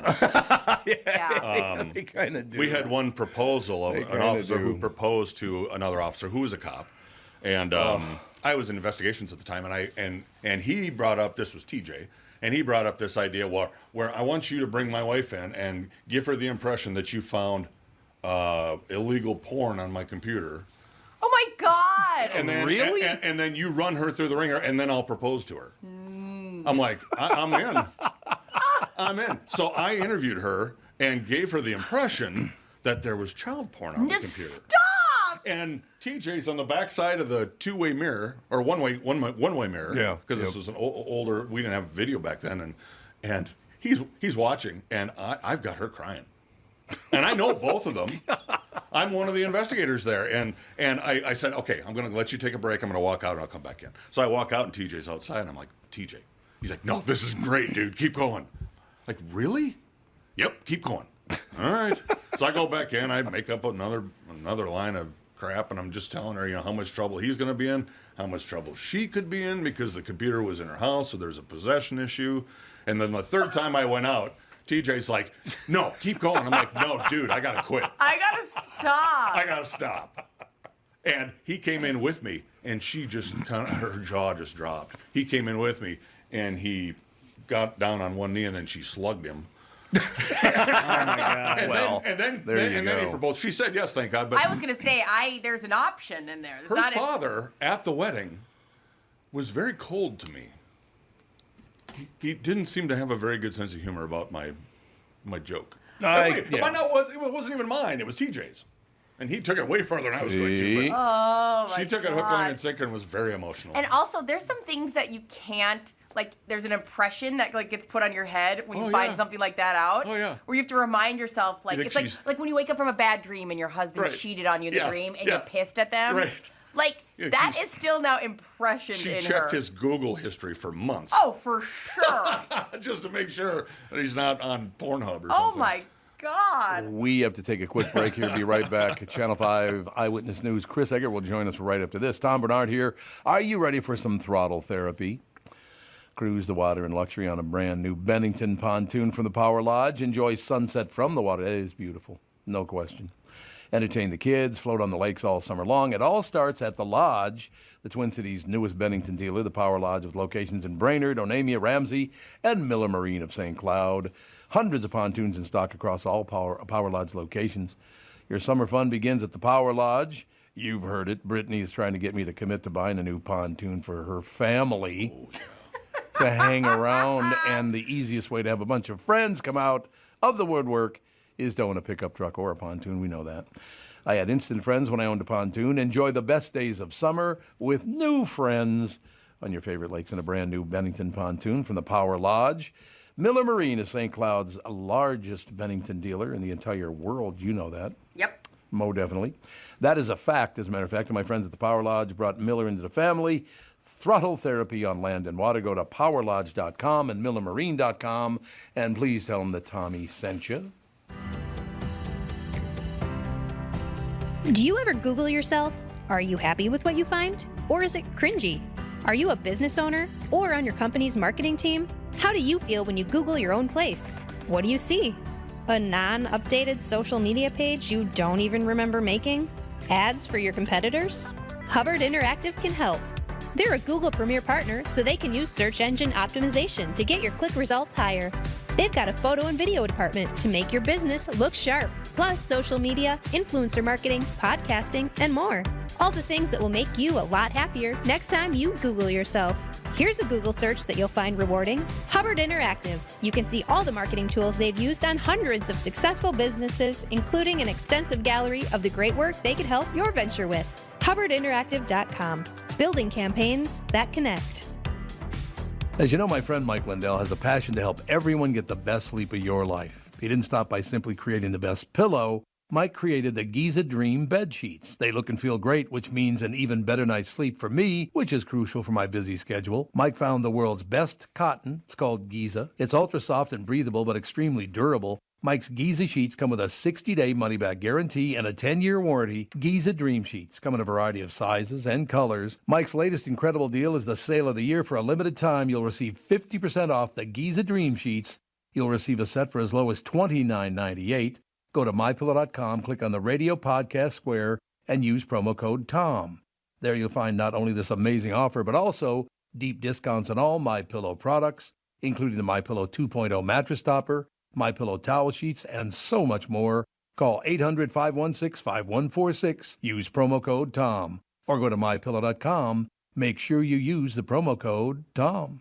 The new Tom Barnard Morning Show is proud to have partners like North American Banking Company, Bradshaw and Bryant, MyPillow, and attorney and advertiser Dave Bialke. I've been advertising on Tom Barnard shows for years. I like Tom, not just because he's a good guy, but because the ads I run on his show bring me new clients that are hurt at work and need legal help. Tommy B works for me. Grow results for your business by partnering with the Tom Barnard Morning Show. Visit TomBarnardShow.com, keyword partner. That's great. Don't mention the black guy that's on the show. That's wonderful. Don't mention Tevin. He was so heartbroken. I can't believe they didn't even one black man on the show and they don't even mention him. We That's started real listing off the names our friend Tevin's on Wednesdays, and he's like He's this not on the promo. super like optimistic. He was all excitable. I was like, oh, they're putting a list, and I started pointing at him, and then the name never comes, and he looked like a kid at a birthday party that's balloon just popped. He was just Tevin. like, No. Poor Tevin. What are you going to do? so funny. Don't you love that guy? Oh, I Don't love tell him I Tevin. said that, though. I mean, I think he knows. He knows that I like I him. think the jig is up. Very unfortunate. Very, very unfortunate. Ladies and gentlemen, I now, and I have to tell you this because it's absolutely true. Katherine, before she left on Friday, she's coming back today, and I'm looking forward to it. But I asked her what she wanted for Mother's Day. And she said, I know exactly what I want for Mother's Day if you'll commit to doing it. I said, okay. She said, for 1 year, starting on Mother's Day, which was yesterday, you cannot watch the national news for a year and see how it improves your life. So for the first few days, Friday, Saturday, Sunday, I did not watch the national news. I got up this morning and watched you, Chris Egert, on the local news, and I'm in a much better mood. She's absolutely right. I'm in a much better mood not listening to those pukes on CNN and Fox and MSNBC. And ugh, they're horrible people, Chris. Horrible. Pukes. That's a very underused word. I agree, you puke. Now, Chris, I'm telling you, I think the big difference is, I mean, you cut a fine figure, you're a handsome devil and all that, but that's all it is on national television. They're not news people. They're more actors than anything else. Wouldn't you agree? I mean, that can be said, yes. I wouldn't say across the board. I think there's some people who are trying to do things the right way. I hope so. To your point, I think it seems like those people are fewer and far between, you know? This 5 minutes in this morning, I'm watching on Channel 5, Eyewitness News, and I said, why do I have to work with him? No, that wasn't it. It was something else. It was something else that I said. My partners have been asking themselves that for decades now, so you're not alone. We from the Officer Down podcast, Scott Rose and Rosie Rose, his lovely wife, is with us. Can I call your wife lovely? Is that okay? Some guys don't like that. She is lovely. Some guys don't like that when you're like, I'm giving her a compliment. Absolutely. For leave me alone. No, it's all good. What do you think, Rosie? I'm here. Okay, well, but yeah, they're in studio because it's the Officer Down podcast, obviously. But this is a National Police Week, National Peace Officers Memorial Day. As a matter of fact, they're in studio. Chris Egert. So I watched the news this morning, and I left the house in a good mood, and that's because of you and the kids. Everybody else on the morning news. Well, I'm glad to hear that. And Scott, I'm glad you're there. I'm definitely familiar with your work, and I know today's National Peace Officers Memorial Day, and we took a live shot from the Capitol this morning. Awesome. As there was an officer there, and I think it's always an important time for people to think about it, and particularly in Minnesota and in Western Wisconsin over the course of the last month. It's been a really tough time for officers, and more of a reminder that it's dangerous work. And you were saying that, Scott, a minute ago, like there are few professions that do what you do, who send people into situations. And sometimes, you're going in by yourself. You never really quite know how it's going to play out. So I'm glad you're here and presenting your perspective. Yeah. Well, thank you. Appreciate the support. Next week, we're going to have a criminal in. What do you think? We have to even out by law. We have to even it out. Have to get both sides. So, yes. Yeah, they're going to talk. Yes. That'd be good. Except all the criminals I knew growing up are all dead, so I can't bring in a criminal. They're all dead. I'll find one for us. Honest to God, what am I going to do? So, Chris, what's the latest? Everything good? Yeah, everything's good. It was the news today, fairly quiet, which is good. There's a fire in White Bear Lake last night where somebody got hurt. There's been a lot of flooding problems down in southern Minnesota. I know this weekend was pretty dreary for us, but it was even worse down in southern Minnesota. And there's several roads that are closed. There's a mudslide. Yeah, I saw that. Yeah, you don't hear about that happening in Minnesota very often because we don't necessarily have the landscape for mudslides. But and that was kind of down in the Mankato area where the fishing opener was this weekend. So I know at one point they had to stop or delay the opener activities because of lightning at Madison Lake where the opener was happening. Rudy, I saw you got out and fished. Yeah, we did all right. Lake Winnebagosh, the slot limit really kind of screws people because, I don't know if you guys are fishermen, but the slot limit, boy, the DNR knows exactly what they're doing at all moments at all times because they tell you, hey, you can't take any fish between the inches of 18 and 23. Oh, that's right. And guess what size fish you mostly catch all day, Saturday and Sunday? They happen to just be 18 to 23 inches. But it was a great time. I'm glad that we had a chance to get out. And it was we were talking about this earlier. The weather up north was spectacular as compared to Minneapolis, where it sounded like it was just nonstop rain. Yeah, and in fact, because it was so nice up there this weekend, there's like a fire danger warning today because while it was raining down here, it's fairly dry up there and I guess pretty windy. So that's something else that's going on today. So it's crazy to think what the contrast is in geography in our state from one end to the other. So. Brittany, did you go fishing for Mom's Day? Obviously. Look at me. That's the first thing I did. I can tell the look on your face when we were talking about fishing was that of someone who may have spent the weekend fishing. I actually did have a fun time looking at, Rudy's social media was cute. He did, Happy Mother's Day posts, and it was, 5 photos of him with fish. And then I think somewhere in those pictures was a picture of your mom. Yeah. Yeah. Well, I don't know if you guys have ever seen it, but every year on Mother's Day, I always post a side-by-side of my mom and Adam Sandler dressed up as the woman from the movie Jack and Jill. Sure. Because they look identical. They do not. It drives my mom insane. Yeah, no, it's not great. It's not great. Sometimes I just post the picture of Adam Sandler, and I was like, I just wanted to say I love this woman so much, Mom. Thank you so much for giving me life. You're a monster. An actual monster. Phenomenal.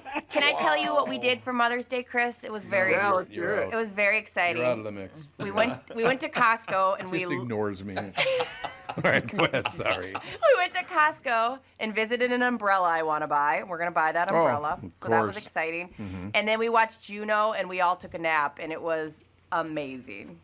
That was it. You visited I too went to Costco for Mother's Day. You did?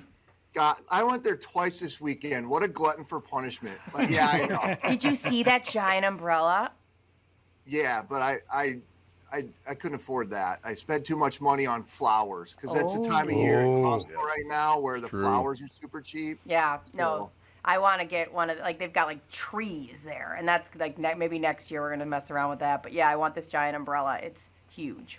What's that sandwich they have at Costco? It comes on a kind of like a Subway bun kind of deal. It is one of the most delicious sandwiches I've ever had. Chicken Club, or is it a Chicken Club? Or other call it. Yeah. delicious. Man, it's a good sandwich. I'm going to go get one right now. I'll see you guys tomorrow. You can't sleep on that food, man. It's a No. great deal. Like, even if you're not hungry when you walk into Costco, you're almost like, oh, I gotta go get something. I mean, it's freaking hot dog that's the size of I know. it's that big for $1. It's pretty crazy. Which is your Costco, Chris? I actually don't care wherever I'm closest in town. So it could be St. Louis Park, it could be Eden Prairie, it could be Maplewood if I'm up over there. EP, baby. Was that cool? Oh, God. Was that the sign you did? I've only lived there a couple E, years. apparently. I don't know. I'm trying to make Eden Prairie Look, cool. this is an E. This is an E. Great. EP, baby. I saw Katherine and Alex. I saw a picture they posted on Instagram with those mask things on their face, which is really funny. Did you see that? No. What mask things? They had like those. You like, saw it too. Yeah, I did. Great. Go get like home makeover. Let's do like girl things and like put masks on our faces. It looked like they're having a great time. Oh, yeah, It was a really funny picture. They needed a break, no question. Oh, my God. Yeah, those are beauties right there. Yeah, that's a good look. Yeah, baby. Yeah. Now I know I don't go on social media. Right there. There's a perfect example why I never go on social media. So what did you do, Tom? You just hang out then? Yeah, I looked out and went, oh, look, it's raining. Every minute. Friday, Saturday, Sunday, just pouring rain. What are you going to do? Well, there were hours, I guess, where we were just anticipating pouring rain. So that's a whole different deal. But no, I actually did a lot of reading, watched a couple of things. I got a lot of exercise in. Over the weekend, I walked like 30 miles, which was good. Wow. I just went out and walked. When Catherine's gone, you just wander the earth. I wander the earth till she comes back. That's exactly right. That's exactly what happened. I'm going to wander the earth till you get back here, and that's all there is to it. And any poor soul who runs into you gets to hear your sorrows of Katherine being gone. You know what else is wrong? I do that kind of deal. Yeah, that's exactly right. No question. No, but I just, Yeah, I know. You're I was sad going to go because golf on Friday and Sunday, but it rained both days, so I got 5 total holes in, and about 3 of those I got soaked. So 2 holes of golf without any rain. It was a thrill. I know. Yeah, that's not a very good deal right there. No. It was a rough weekend for sports. I tried to play tennis, and it immediately started raining on Oh, yeah. Saturday. It was freezing rain, too. But I still got to learn how to play pickleball. You guys play pickleball, any of you? I've never done it. I've never done it either. it looks fun. really fun. Yeah, it looks fun. Chris, And- you play it? I haven't, but it's all the rage, man. All these like empty like in strip malls where you've got a big open space. Oh, yeah. A lot of them are converting into these pickleball spaces. Really? Yeah. I didn't know that. And like turning it into like a fun place to go and hang out and have drinks and pickleball, and like it's a whole big thing now. I like Rudy, you play pickleball? I tried to get my daughter into it, but no, not at all. We tried it one time, and she was like, "I got to spend time with you." No, Well, thanks. see, that's the problem right there. That's a downer. That's going to drag it right into the mud. My family got so into pickleball that they built a pickleball court at the cabin. So now we play it. But it's Really? pretty fun, though, because like we do like Is it? tournaments, and you don't have to like tennis, you need like years of learning how to serve and all these things. Like pickleball, anybody can jump in and you can have a relatively good time. So it's pretty fun. So it is fun because Yeah. Katherine keeps wanting us to kick it into high gear. Yeah, let's do a family tourney. A family tourney, ladies and gentlemen. Let's do it. It's super I fun. like it. Tom, I brought this up several years ago when we talked about this over at your that other place you were at. What some place of my neighbors, was that? some of my neighbors are like Tom #1 fan club, like presidents of the fan club, and they were like, they have a pickleball court. And they're like, you tell Tom to come over here. We'll play pickleball. We'll have a grand old time. Yada, yada, yada, yada. I mean, so if you ever want to try it, like you got an open invitation to my neighbor's house. They've been talking about it for years. Oh, that's very, very nice of them. They're very nice people. They're very nice. And they love pickleball so much, like they built a pickleball arena on their house. Inside. Arena? Inside? Like Holy Hannah. Whoa! A complex, and it's awesome. Do they have good snacks? They do. The last time I was over there, they had like a whole little like indoor grilling area built off of. Oh the my back of the God. pickleball court. It's like So I'm hoping you'll go play with them so I have an excuse to go back over again, because they haven't asked me by myself to come back over again. I'm very, very lucky because I was sitting out with my neighbors for a little while last night. Mike and Susan and I sat out for a while, and all of my neighbors, I would say like 8, 10 total houses, we get together, usually on Fridays. We meet in someone's driveway. You bring your own chair, whatever you want to drink or whatever. We get some food once in a while. I love my neighbors are wonderful. Is that unusual to have neighbors that you like all of them? Yes. No. Yes, says yes. It is unusual. Yes. Yeah, but I'm going to have everybody from the show over, so you'll obviously be invited to that. But I would like to put the show together with my neighbors because you guys would have so damn much fun. It'd be unbelievable. They're all big listeners. I'm in. There was a guy. Yeah, I was at the Lunds at 50th in France on Sunday or Saturday, excuse me, and I walk in the door, and just as you walk through the door, to the right is the flowers and all that stuff you could buy for Mother's Day. And as I'm walking in, this guy goes, Tom, is that you? And I go, yeah, what's up? He goes, oh, Tom, I'm a big listener. I want you to have me on the show. So, Mike, if you're listening, call in right now. You heard me. Give him the number. I said, my name is... He could look it up himself. Okay. No, it's 952. This one's always dark. I can't see what that says. Does it say 600? Yeah. Oh, it's not just 2575. dark. The clip is over the number. Yeah. That's why I can't read it. 952-600-2575. Is that correct? Yep. He said he would call in just because of his... I couldn't tell if it was Scottish, British, or Australian accent. Can you guys tell the difference? No, but I feel like we'll all swoon, right? Oh, he's a great guy. He's a very, very nice guy. Big listener, the whole deal. So get off your ass, Mike, and call in, you Brit, Australian, Scotsman, whatever. Yeah, hodgepodge. What the hell that is. Something. It's funny you bring up the accent, Tom. This morning I was listening to CNN International before I come to work because that's the only news that's on live, like when I'm getting ready in the morning. Do they lie too?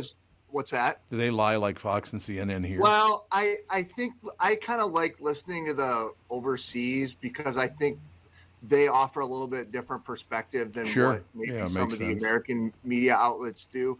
But it was funny to me because, of course, they're both in their British accents, and they were talking about flooding in St. Louis, blah, blah, blah, blah, blah, blah, blah. And I was like, what? And then I heard him say again something in Missouri, St. Louis. They refer to St. Louis as St. Louis. St. Louis. St. Louis. So funny to me.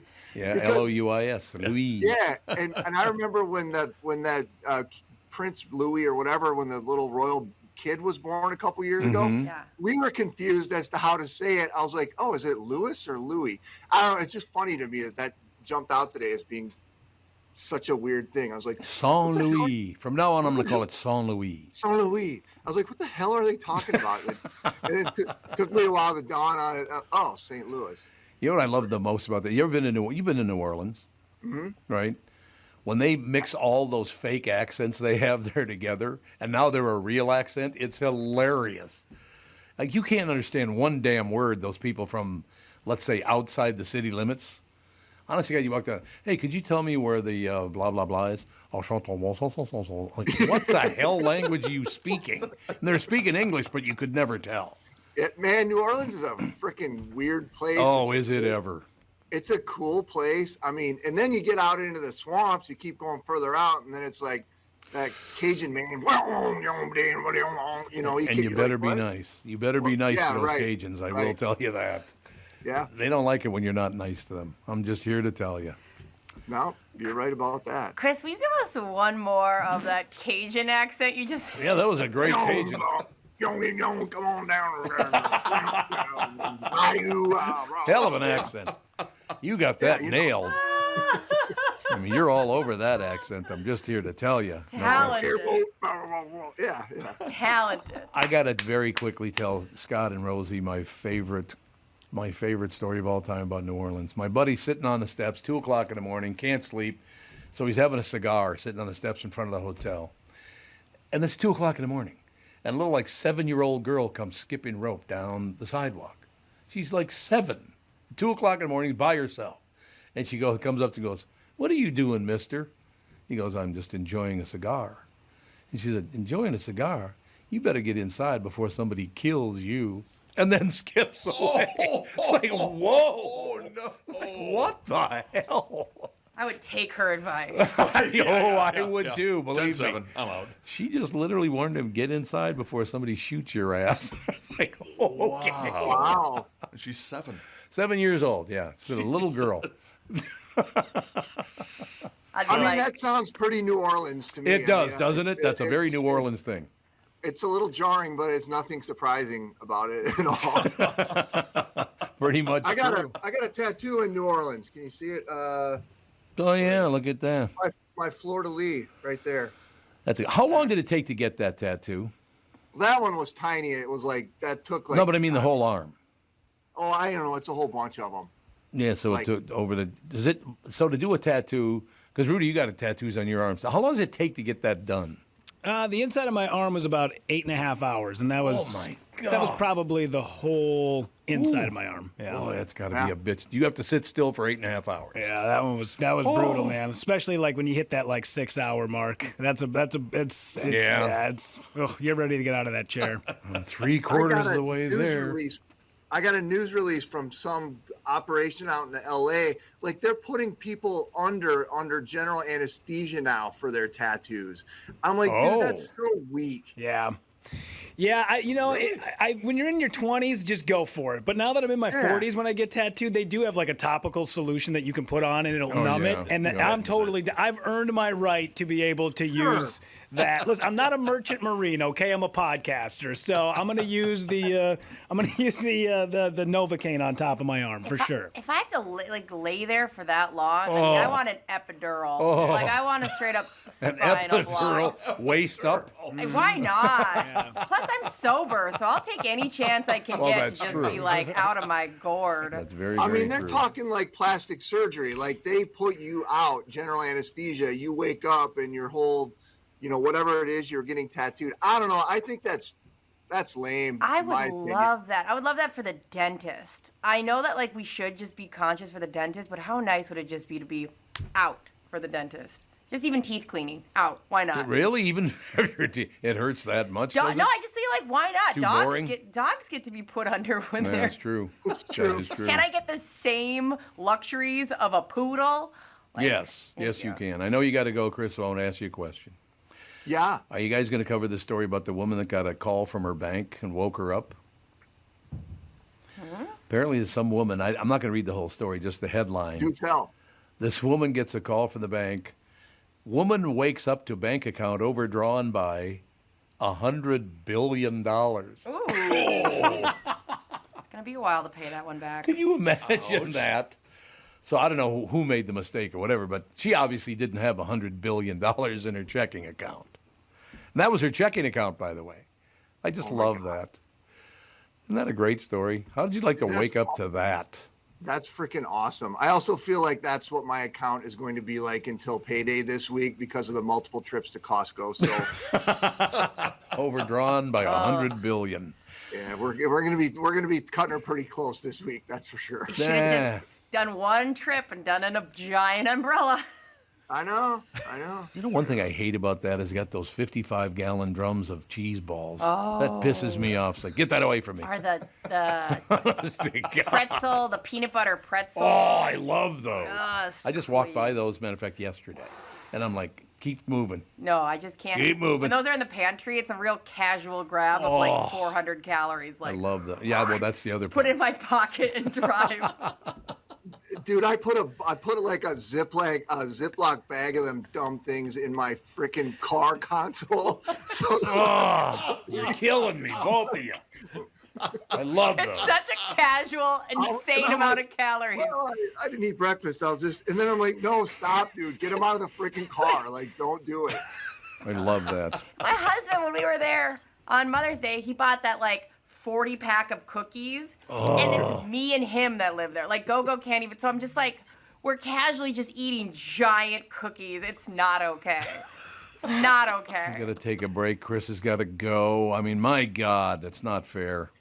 Bye, you guys. I got a great story to talk about tomorrow. I forgot. I'm gonna be watching you from I guess about 5:15 in the morning. Deep tease here. Let's hear what. automakers are getting rid of AM radios in their cars. Yeah, they are. Yeah, it was in the Washington Post this weekend, which was pretty interesting. But I'm out of time, so that's it. What a tease for tomorrow. Chris Egert, ladies and gentlemen. Nice to meet you, Scott. Yep, nice to meet you too. Go away. What a nice man to work with. All right, so you're good to go. What do you got planned for the rest of the day for National Peace Officers Memorial Day, for the week, all the rest of it? Rose and I are going to head over to the Capitol. Nice. Okay. We'll do that right away this morning. Head over there and help get things set up for the program tonight, and make sure we're taking care of our Honor Guard officers there. We've got our memorial program for Southeast Minnesota on Thursday night. Mm-hmm. I'm speaking down there, and then I've got a podcast coming up that'll come out Thursday. It's a difficult one because it's my best friend from work, who we lost in 2013. Oh, wow. So I'm trying to figure out how to format this where I'm narrating it, yet I'm in it. Yeah, I understand that. So I've been interviewing our staff, and so that's an emotional one. So, yeah. And one more time, just so, because our listeners have been writing in, this is Scott Rosen. What's the name of your podcast? So it's Officer Down Memorial Podcast. Okay. And it's officerdownmemorialpodcast.com. If you don't listen to podcasts generally, you can listen to it directly from there. One thing about the website's got evidence photos and a lot of photos from each of these scenes. Mm-hmm. The Jerry Hoff one, when I think of you, yeah. the Minneapolis one from Yep. 92, that one's on there. But the website or anywhere you listen to podcasts, we've had downloads in all 50 states and like 62 countries or something like that. Awesome. Yeah, we got a lot of listeners who want to know all that, so Awesome. I'm sure. Yeah. That is a wonderful thing. And like everybody else who comes in, your wife's far too good for you. I know. So anyway. I know. Thanks for coming in. I appreciate it. Thank you. Thank you both very much. Great having you in. We have to take a break. Be right back right after this break. Tom Bernard. This is the Tom Bernard Morning Show. This is Bob Sansevere, and I want to tell you about Dave Bialke from Bialke Law. Dave represented my wife, Mary, when she had a significant workplace injury. She was very happy with the job Dave did. If you have a work-related injury and have Dave represent you, I'm betting you'll be happy too. Dave is a down-to-earth guy. He grew up in northern Minnesota, rides a Harley, and worked various jobs doing concrete, electrical, plumbing, roofing, and carpentry work. Dave works for people with work-related injuries. If you work construction, or anywhere for that matter, and you're hurt or even just hurting, you should talk to Dave. Let's face it, our bodies wear out. If your body is worn out from work, if your knees or back or shoulders hurt from things you do at work, do what Mary did. Call Dave and talk to him about it at Bialke Law to set up a free initial consultation.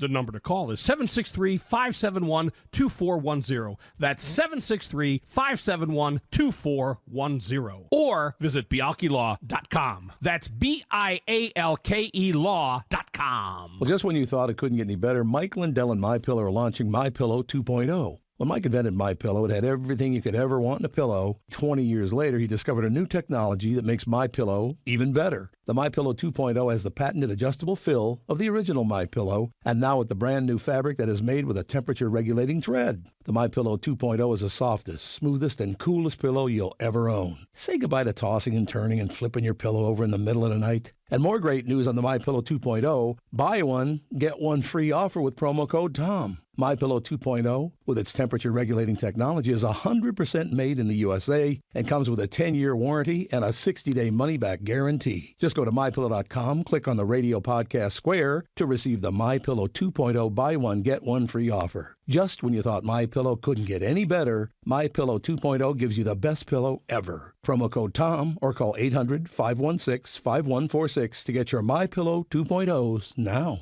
Hi, this is Tom Bernard. If you've been listening, you know I'm a fan of Nissan vehicles. I own an Altima. My son and daughter-in-law both own Nissans, and we bought them all at Walser Nissan stores here in the Metro. They hang their hats in Burnsville, Wayzata, and Coon Rapids, so why is Walser different than other Nissan stores, and why should you absolutely go there this month? Tell them I personally sent you to lease or buy your next vehicle. First, there's Walser Care, a complimentary powertrain warranty that will keep you covered for miles to come for free at Walser Nissan. This month, you can score 0% financing for up to 60 months on select Nissans, or you can lease the 2023 Nissan Pathfinder S for only $269 a month. You'll need to tell them you want the Tommy B deal, of course. That's understood. So not just Nissan, but Walser Nissan, Burnsville, Wayzata, and Coon Rapids. Don't forget to let them know the Tom Barnard family sent you and ask for the Tommy B deal. Go to walser.com and select the Walser Nissan store nearest you. $269 per month for 24 months, 10,000 miles per year, $5,900 due at signing, VIN PC 261725. We are back, ladies and gentlemen. It's 8:51, now 9 minutes until 9 o'clock. James Reed, our very special guest.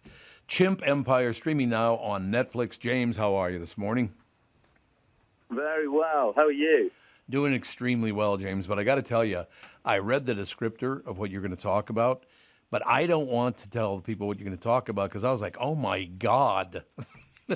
All of this stuff you want to talk about is fascinating, whether it's talking about social politics, family dynamics, dangerous territory disputes, and these are all with chimps. What an amazing story, James. That's amazing. So what's the latest? Well, I mean, what's the latest? You tell me. I mean, we've gone. It's always interesting. I love working for Netflix, and I love all the people there. It's always an interesting period when it's sort of it gets released, and then it's just out there, and you're not quite sure what who's watching it or what people think. So that's the stage that we're at now. We're completely finished, and it's out there, and it's for people to see, and I hope people enjoy it. It was an extraordinary experience making it. It was more dramatic than we sort of ever imagined it would be. And I think that, I hope and I think we did a great job of really bringing people into the real lives of the Ngogo Chimps. And they are a fascinating society in themselves. James, I have to mention previously, James previously directed the hit Netflix documentary, My Octopus Teacher, a nature documentary about filmmaker, naturalist, and founder of Sea Change Project, Craig Foster, and his unlikely friendship with an octopus. Man, you got a great life, James. You get to do all this stuff while I'm sitting here doing nothing. I have been really lucky over the years, and I really try not to forget that because, sometimes, it's extremely hard work. I'm sure you appreciate, it's nerve-wracking, and there's a lot of pressure, and there's a lot of expectation, and there's lots of things that make it difficult and not necessarily as enjoyable as you might imagine on a day-to-day basis.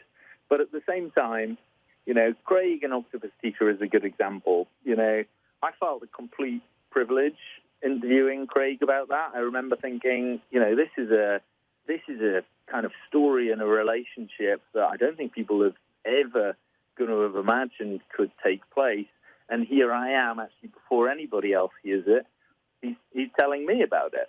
And I remember feeling at that time that, this is going to be extremely special because I'm hearing it raw, unedited version, and I'm feeling really emotional, and I'm feeling like this is just something I've never really heard before, and it's a way of people relating to the natural world that is just new and inspiring. And yeah, I think I've one of the greatest jobs, and I try never to forget that because the sort of things that I'm able to see and the people I get to meet and the animals I get to observe, it's a great job, and I'm very lucky. James, I was looking at you talking about social politics, family dynamics, dangerous territory disputes. With the chimp, who figured this out first? Was it the chimps that taught us, or did we teach the chimps? That I'm not quite sure what you're getting out there, but I think that chimps are not our ancestors. We share an ancestor with chimps. Yep. So it's not exactly like looking into a sort of more primitive version of us. In fact, in many ways, they're not more primitive at all. We sort of diverge from chimpanzees. We come from a common ancestor. But there are definitely things in chimpanzee life that can can be indicators, depending on what your sort of scientific perspective is. But some people do use chimpanzees as a way of trying to understand the origins of human behavior. Right. You know, it can be quite a controversial topic, you know, but I mean, I would say that all the scientists who work at Ngogo, they all have an anthropological background. So that tells you something. You know, they try and limit the interpretations anthropologically. You know, it is not a window into our past, but there are definitely things to be learned about how we came to be the way we are by studying chimps. Do you think most people understand, like there's another line in the descriptor here, Chimp Empire explores the fascinating world, the largest chimpanzee society ever discovered. Are most people aware that there is a chimpanzee society, that you've discovered the largest one ever? Do most people even know that about chimps, that they're that? I mean, they think things through, do they not? I don't know. You know, that's a really good question. What do people know of chimps? I mean, I think that big sections of human society that know of chimps, you know, from the olden days when you saw them on adverts for tea and things, and then what they observe of chimps in the zoo.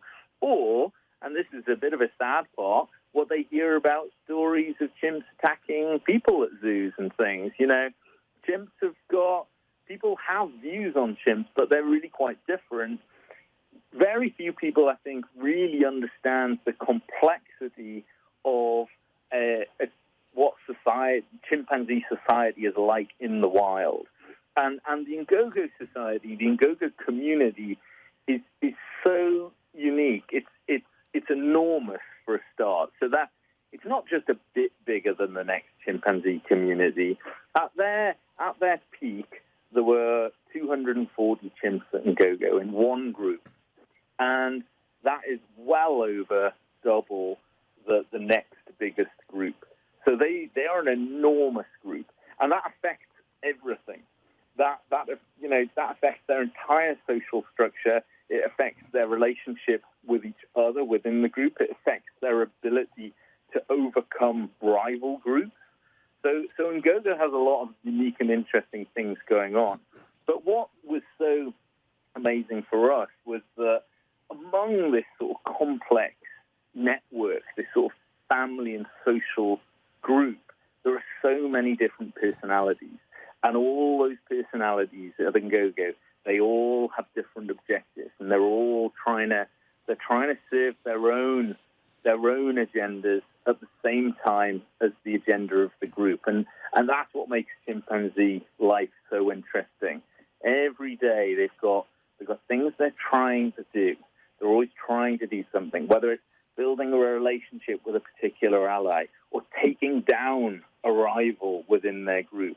And they might be doing it indirectly by building a relationship with that chimp's best friend so that they can try and undermine their relationship.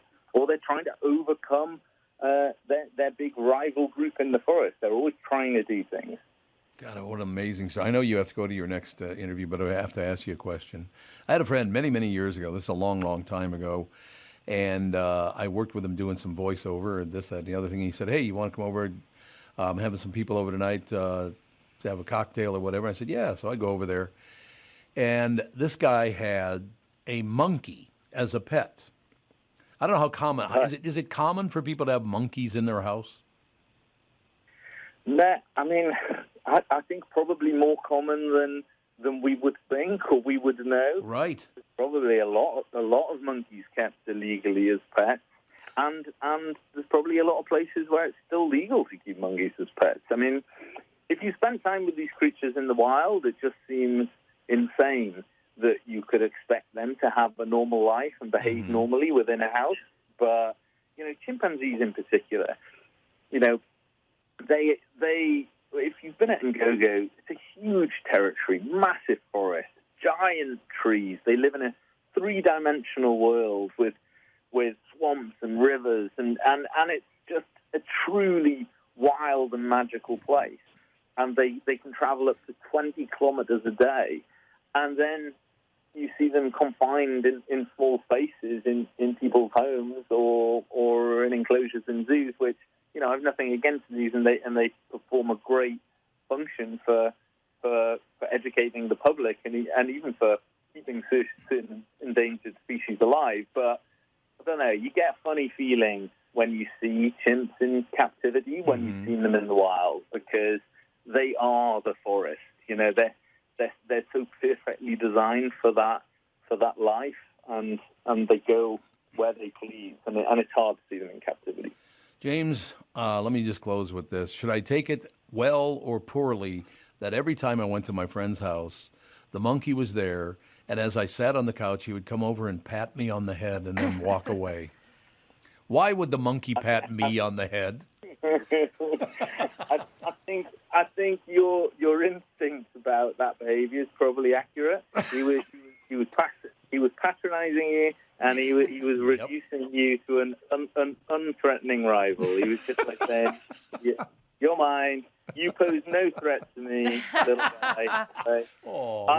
I'm in charge here."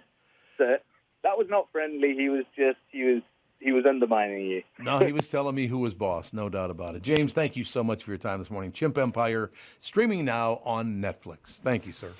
Yep, he's gone. Yep, I thought so. Yep. Fascinating. Did you see my Octopus teacher, Tom? Yes. No, I have not. You should. Oh, I got to watch that. That was sounds fascinating. It was so good, Tom. Is that on Netflix as well? Yeah, and it won the Academy Award for Best Documentary 2021. Really? It's very good. God, I got to watch it.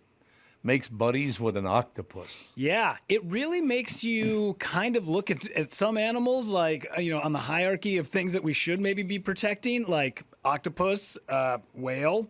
And somebody put it best, I think, this week when they said anything that mourns when it loses someone of its family, like elephants. I was like, you know what? That's a really good point. Like, people go, how can you hunt deer? I'm like, because they run into the street and they kill people on the highway all the time. True. Yeah. And they're just dumb animals. They're great and majestic, and I love them, but we do have to have some herd control. We're like somebody who takes out an elephant. I'm like, why?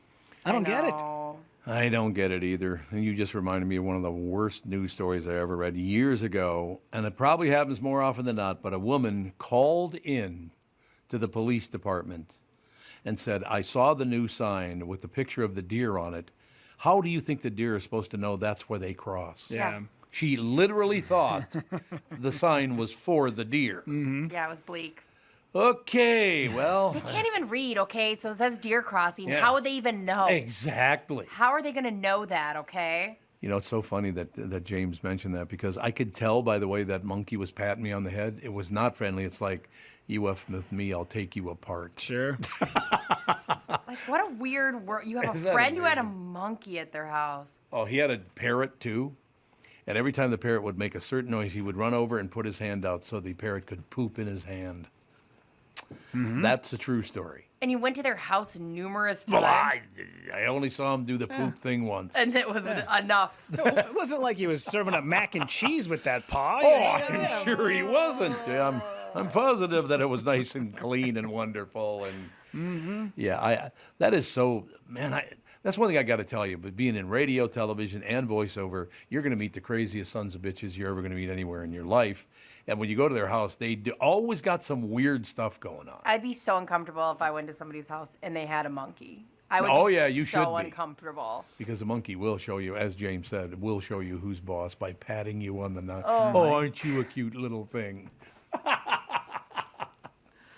Like, I'd be enthralled. Like, I'd want to stay, and I know I'd also be like, this is not okay. We cannot do this. I understand that. Oh, I love monkeys. Okay, so I got to run this by you. I've been wanting to do this, and I just looked up and realized we're already more than 2 hours into the show.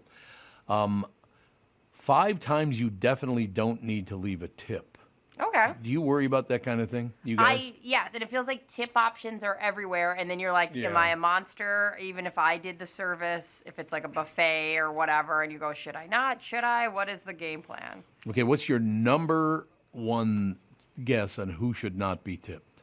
Probably like the automated car wash things. Is that an option for tips? Well, there you go. I suppose you could. Yeah, well, there's also the guys that wipe down the car at the end of it. That's right. Oh, right. yes, you tip. But I don't they don't always have those. Well, like, because I go to, I think it's Eddie's. Or no, it's Okay. not called Eddie's anymore, but it used to be on 66th in Edina. And I always go to that one. And at the end of it, you get to the end, there's a little box that says tips are appreciated. you know? Yeah, and like the one I'm at, there's no humans at all in it. It's all robots. No humans. I say no humans allowed. We heard the other day that even self-checkout kiosks are asking us to tip now. Yeah, I did see that. They asked for tips at self-serve kiosks. Well, who are you tipping? I know. I don't get it. But there are still solutions, or situations, I should say, where tipping isn't necessary or can even be seen as bad etiquette. Now, see, that would be a problem because I tend to tip too much. I really do. But I don't want to show bad etiquette, so I might learn something here. Okay. Right? All right. Here are 5 times you don't need to leave a tip. Don't tip service technicians like plumbers and electricians. They usually make a good wage and aren't expecting a tip anyway. I don't think I've ever done that anyway. Yeah, that'd be so weird. That'd be weird. Yeah, it would be. Don't tip flight attendants. That would be weird too. Okay, yeah, that's so weird. Yeah, that's out there. It's considered bad form, and some airlines even have policies against it. Handing out drinks is one small part of their job. The rest of what they do is closer to being a first responder than a server, and you obviously wouldn't tip a firefighter or a paramedic. Let me think about that. If I lived, I might tip a paramedic. Yeah, I don't know what point in the jumping, you know, like you're doing the defibrillator, and then you reach for your wallet at some point. Like it's just that would be no. that'd be a bit much. Katherine would kill you. She would. It's true. Don't tip if you're traveling in certain countries. It's not expected in Australia, New Zealand, and parts of Europe. In East Asia, it can even be seen as an insult to tip someone. Don't tip at restaurants where gratuity is included. They automatically add 20%. You can tack on a little more if you want, but don't feel the pressure to do that. And finally, don't tip highly trained professionals like nurses, lawyers, and accountants. Yeah. I'm going to go tip Michael Bryant later on today. Say, Mike, here's a tip. He'd take it. He probably would. That's true. He'll be in today. I'll ask him.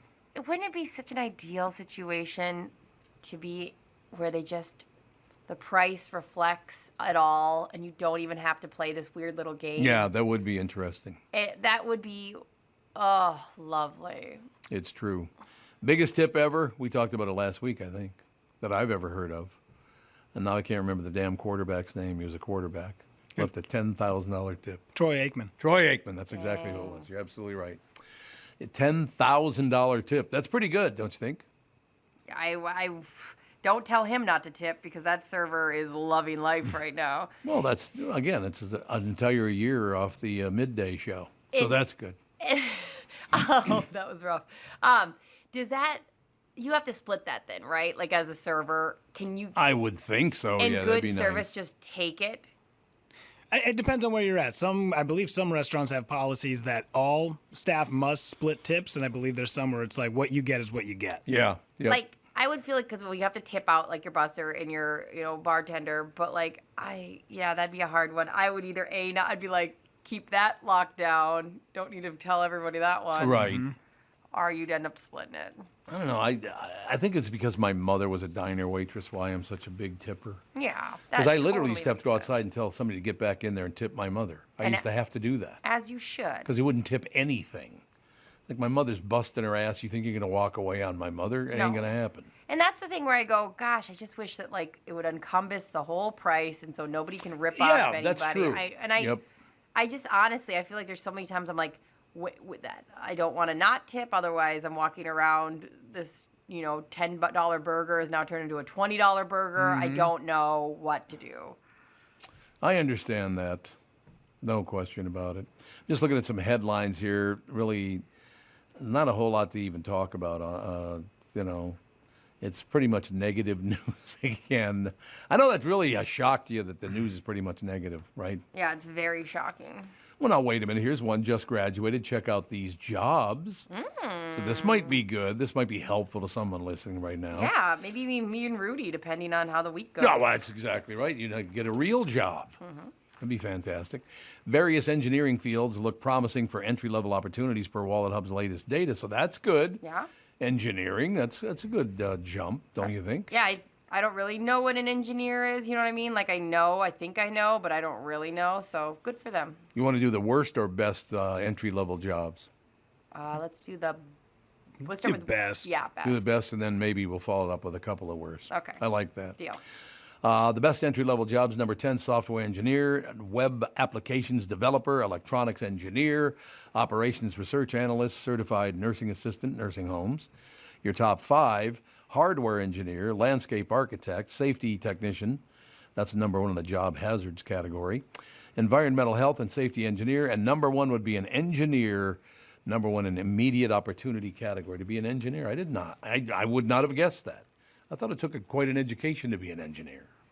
Yeah, I believe like a mechanical engineer, you need to have like not only a bachelor's degree, but then I think a couple other certifications on top of it. Right. Yeah. Okay, the worst entry-level jobs, working at the queue.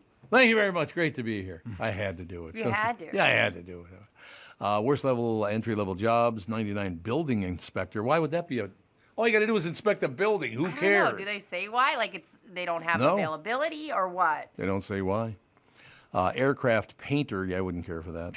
Policy processing clerk, architectural drafter, floor assembler, last in the immediate opportunity category.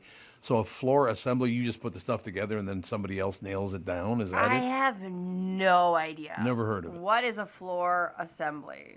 Assembler. Assembler. Yeah.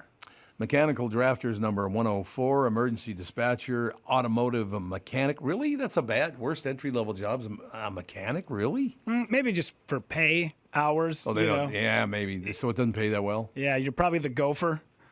Yeah, that's true. You probably are. Boiler maker. I didn't even know that was a real thing. I just thought it was a drink. Yeah. A boiler maker. It says a boiler maker, yeah. Isn't the guys that put in like the giant furnaces for commercial buildings and stuff? Yeah, that would suck. I would not care for that. The worst entry-level job in America is a welder.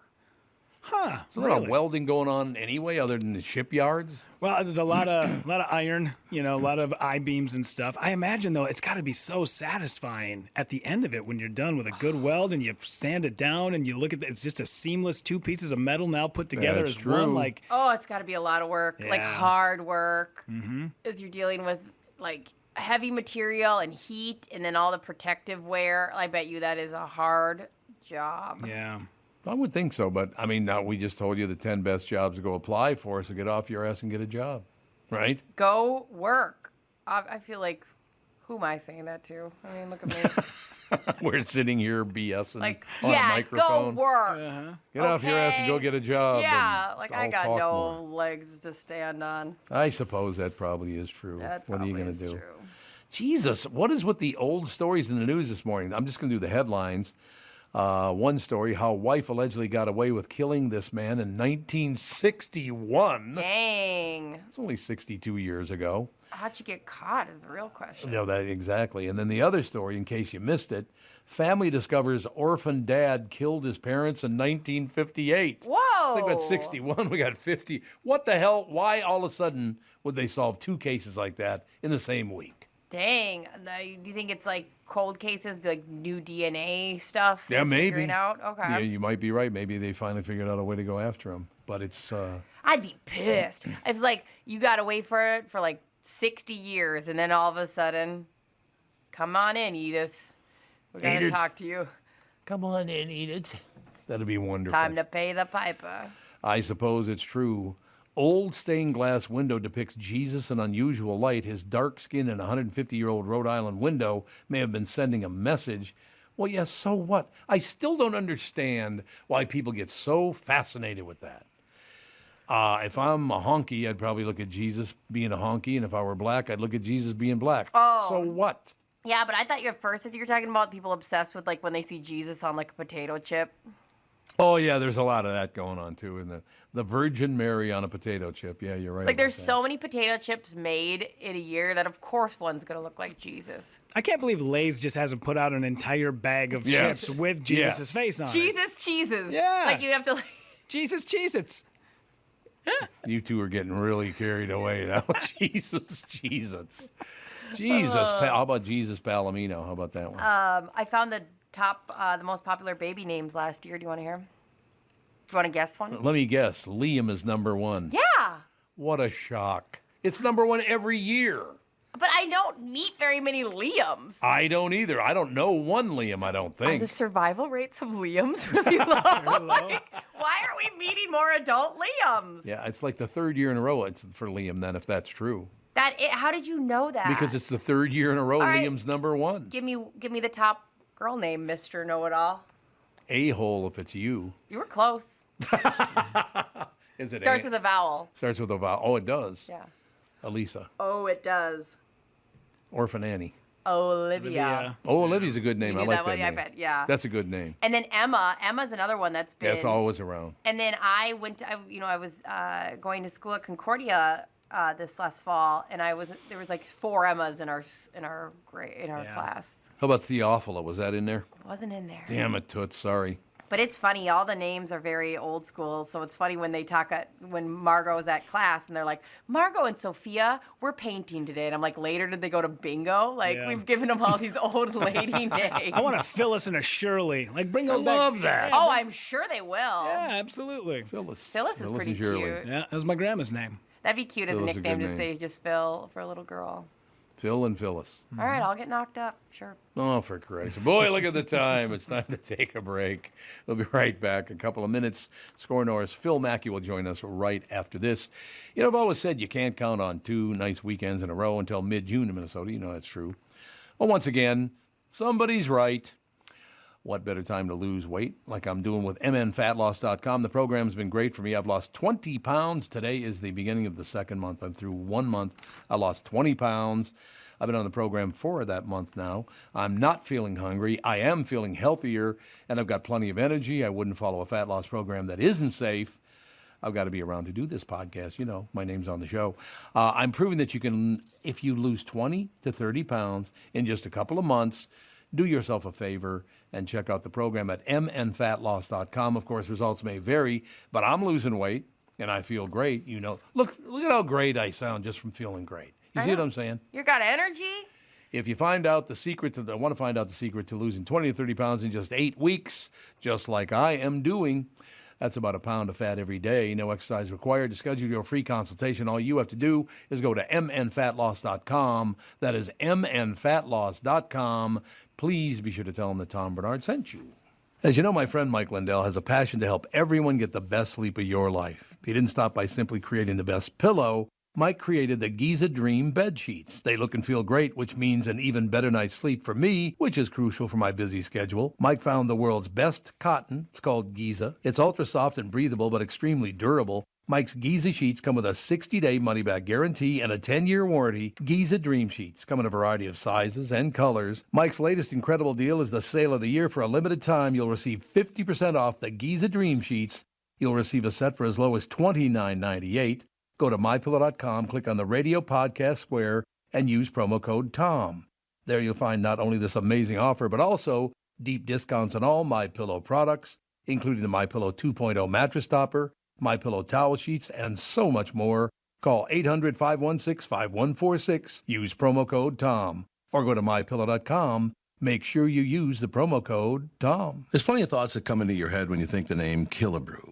Of course, there's the Minnesota baseball legend, Harmon, who was responsible for many a favorite memory at the old Met Stadium in Bloomington, and many a baseball that ended up in the stands and in the gloves of adoring fans from his home runs. There's Killebrew Drive, the legendary road that connects Highway 77 to the Mall of America, and a day of shopping you'll never forget. My current thoughts for the name Killebrew is fun floats in our kitchen with my kids and grandkids, a cool, refreshing break in between innings at Target or CHS Field. Or maybe a perfect sunset paired with a sweet, frothy beverage after fishing or on your favorite walleye lake. Killebrew root beer and cream soda. Grab a 6-pack at a grocery or convenience store near you. I'm Tom Barnard. This spring and summer, enjoy the one Killebrew root beer and cream soda. Gluten and caffeine free with a generous portion of delicious thrown in. Killebrew, where memories are created and legends are made. We are back, ladies and gentlemen. Phil Mackey joins us from Skor North. Got to tell you, last night, the top of the ninth, or yesterday afternoon. It wasn't last night. It was yesterday afternoon, top of the ninth. I shot Judd a text message asking, has anyone ever scored 14 points in the top of the ninth? You know, it's funny. People runs, baby. People have been nervous about the Twins' pitching is amazing, but man, they can't hit their way out of a wet brown paper bag so far through this season. And then the Cubs come to town, and the Twins score all of the runs. In fact, did you guys see the controversy over the weekend about Joey Gallo's moonshot home run? Yes. So he hits a home run that peaked at the top of the IDS tower, basically. And it goes over the upper deck. It hits off the advertisements over the upper deck. And it took almost a full day to get an accurate estimate on how far the ball traveled. Mm-hmm. And so the estimators, like, old school for 100 years, you had the Tom Mees of the world, right? The old Twins PR director. God, and I haven't heard that name in a while. He'd pull out the binoculars and he would estimate based on his seating chart. Here's where the ball landed. So here's how far it traveled, 515 feet or whatever it was.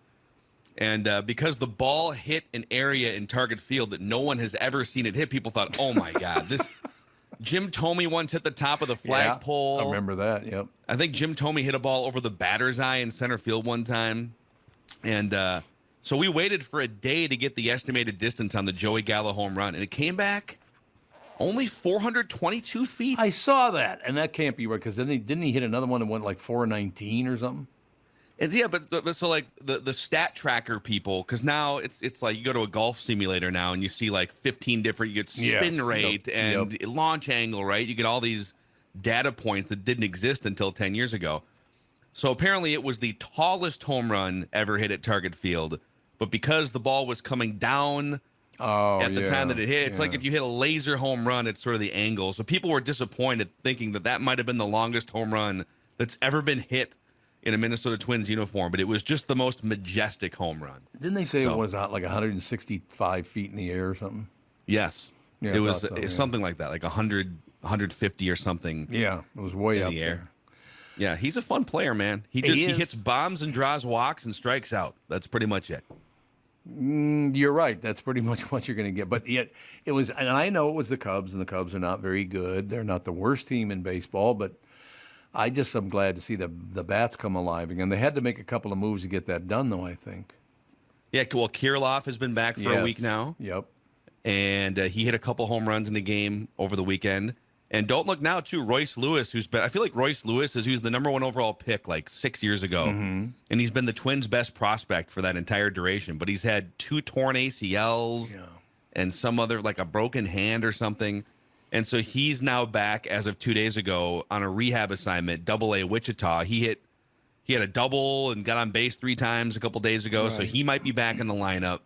So don't look now. And the rest of the teams in this godforsaken division are terrible. So I don't want to be too optimistic here because it's a long season, but the Twins, according to Fangraphs.com, have an 80% chance to make the playoffs and a 5% chance to win the World Series. How do we feel about that? Well, it's about the same numbers they had in 1987. I think you had them more than 5% to win the World Series, though. You had them at 100%. I did, yes. I had picked them before the season even started, and I think, what'd they win, like 86 games that year, something like that? Yeah, 85, 86 games. 85, yeah, 85, I think you're right. I think it was 85. Because, you're supposed to win at least 90 games to win eventually the World Series, don't you think? Yeah, I think there was a Cardinals team from 10 or 15, like a Scott Rowland Cardinals team that I want to say they had 83 wins in the regular season and still went on to either make or win the World Series. So sometimes it's just get hot at the right time and be in a bad division and go from there. I'm telling you, after that 10-day stretch where they couldn't beat anybody, that was a little hard to handle. Why do you think that does happen? You go through a 7, 8, 9-day stretch where you can't beat anyone. Yeah.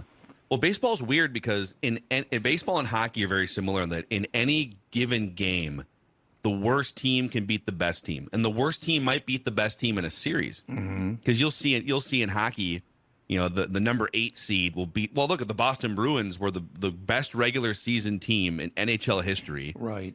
And they just get bounced in a 7-game series because weird things happen. And I think that 87 Twins team you're talking about, they had basically 2 viable starting pitchers and a couple relievers, and then a bunch of good young hitters who got hot. They couldn't win a road game. But you don't have to if you win all your home games. You're right. And so, would that team have won if you ran the 1987 season 100 times and simulated it, would the 1987 Twins win it more than once or twice? Probably not. But Probably not. If you get hot, it doesn't matter. You don't have to give the trophy back. God, I'll never, ever forget how exciting that was to watch because I watched them lose to the Dodgers when I was a little boy. They lost to the Dodgers, 1965, I think it was. Something like that, 64, 65. I think it was 65. Mm-hmm. And they actually brought a TV into the classroom so we could watch the games. Wow. I will never forget that. Wow. Which class did you wind up skimping out on because of the 1965? Was it math? I didn't even know they had titles because I was never I know this is hard for you to believe, Phil, but I was never really a good student because I didn't give a rat's ass. You're like, is this social studies or math? I don't know. Whatever. What channel are the twins on? Well, I told you I tested out of school when I was 16 years old. They just because and the number one reason for that is because I went to Catholic school from the 1st to the 8th grade. Oh, wow. And when I got out, I went over to North High School, and they were teaching what I had already learned in like 6th grade. So I just said, I can't do this. So I literally tested and left. So you were in Catholic school from 1st through 8th grade, you said? Yep. So my father and grandfather, both Irish Catholic from Illinois, there you go. Yeah, Joliet and Kankakee, Illinois. And my dad, my dad, he passed away last year, but he was born in 1942. So he went to Catholic grade school in like the 1950s. Mm-hmm. And he told some stories, man. I mean, you get caught doing something. Oh, yeah. He had a all the instructors were priests. Oh, sure. Yeah. And he told a story one time. He was in like 7th or 8th grade or something. Might have been high school. Might have been 9th grade, but it was around that age. And my dad did a lot of bad things, but in this particular instance, he was not the one smoking in the bathroom. He went to the bathroom after someone had been smoking in the bathroom. Uh-oh. But he was the one that was in there when it smelled like smoke. Yes. And he had a Catholic priest come in, punched him in the face. Whoa! Oh my God. This Bloody is in Illinois? This is in Kankakee, Illinois. Oh my God. But this is like 65, 70 years ago. Yeah, yeah. And so the next day he comes to school and him and his buddies, because there's nothing you can do. It's like if that happened today, it would be all over the news. It would be on all the news channels, everything, right? But that was just kind of what happened at Catholic schools. And so his dad, who played football, so my grandpa, whose name was also Phil Mackey, fought in World War II, played football for Newt Rockne at Notre Dame, was a great athlete. Big guy. That's a great story. We can talk more about that sometime too. But I'd love to. But he comes in because he caught wind, and he asked my dad, he said, "Are you being honest with me? Tell me the truth. Were you smoking or not?" And he said, "I swear to God I wasn't. It was somebody else."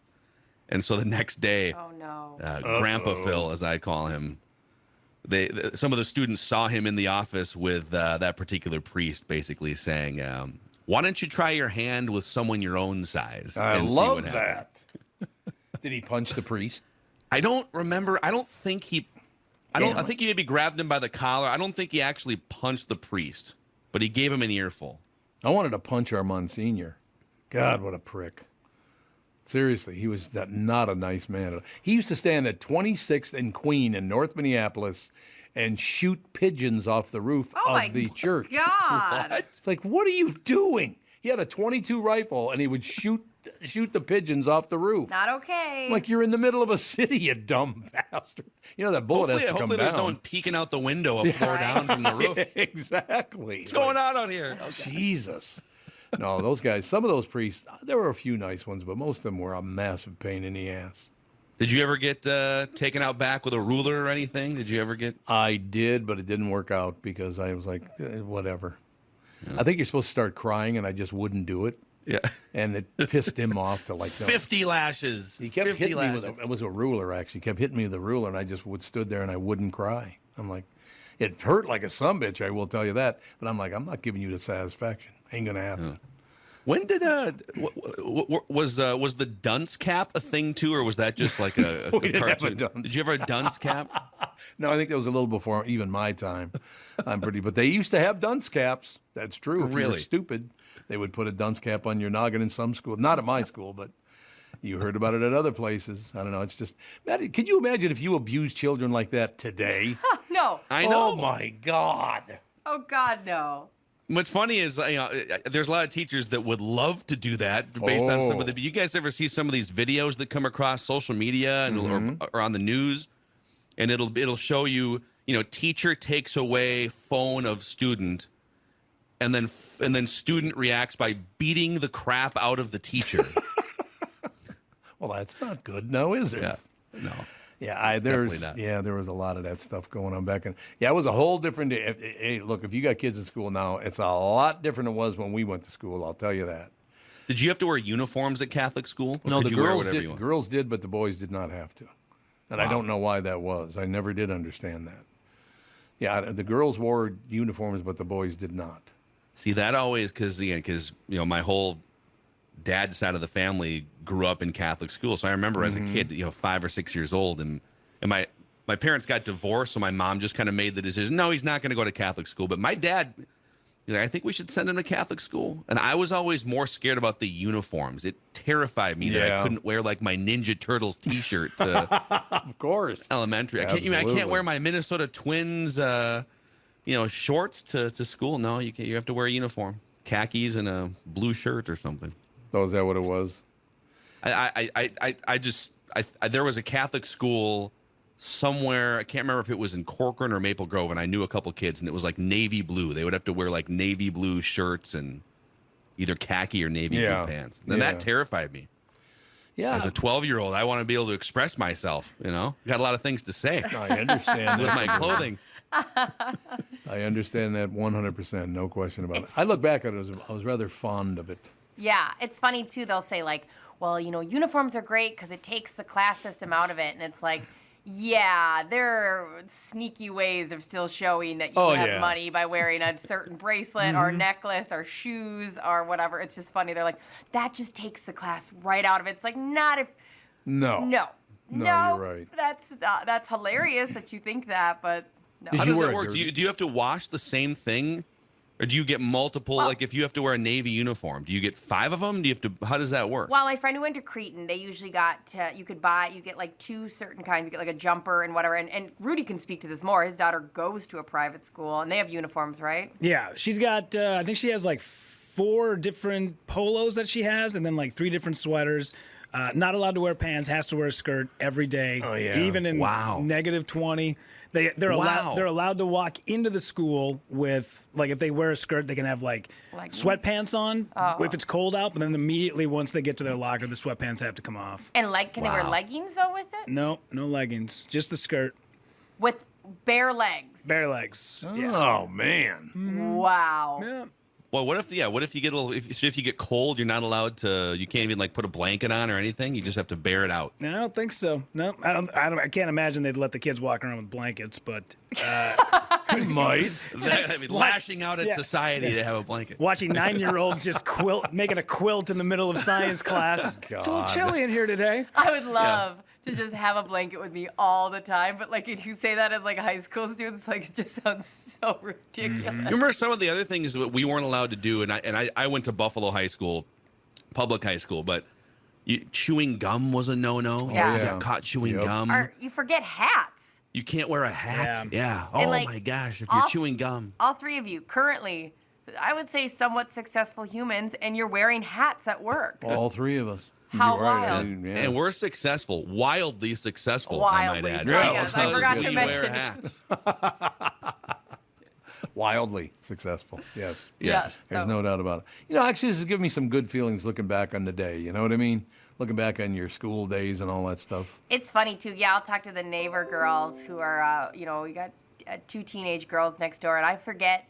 They'll be like, yeah, I had to go to the bathroom, and I couldn't, and they wouldn't. I was like, what? Oh, I forgot. You have to, ask to go to the bathroom. That's a thing, too.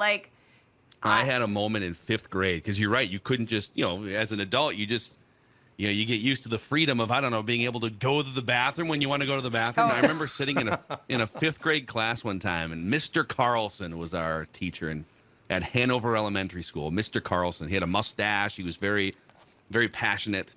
And the class was being punished for something. So it's like one person did something stupid, so now the whole class has to just sit there for an hour. Right.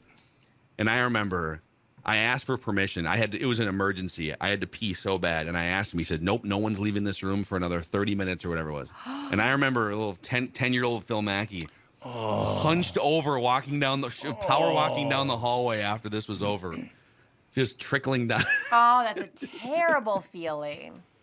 Indeed. Ugh. God, what great memories. Going back at Catholic school back in the day. My God.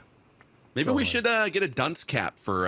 It should be like a dunce cap of the day on the Tom Barnard Morning Show. I agree with it completely. Who gets the dunce cap today? We'd have to figure that out.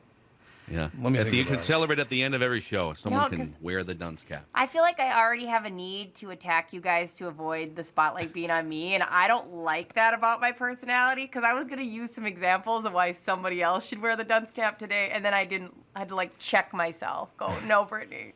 It's not I think attack. you should, whenever you feel the urge to lash out, you should have the freedom to lash out. Lean into it? Okay. No, I know you got to hit the road, but I got to read. Did you see Suhan's headline this morning? I don't think I did yet. No. Is it twins related? It is indeed. Suhan, flawed twins keep winning. Yeah. I suppose they are flawed, aren't they?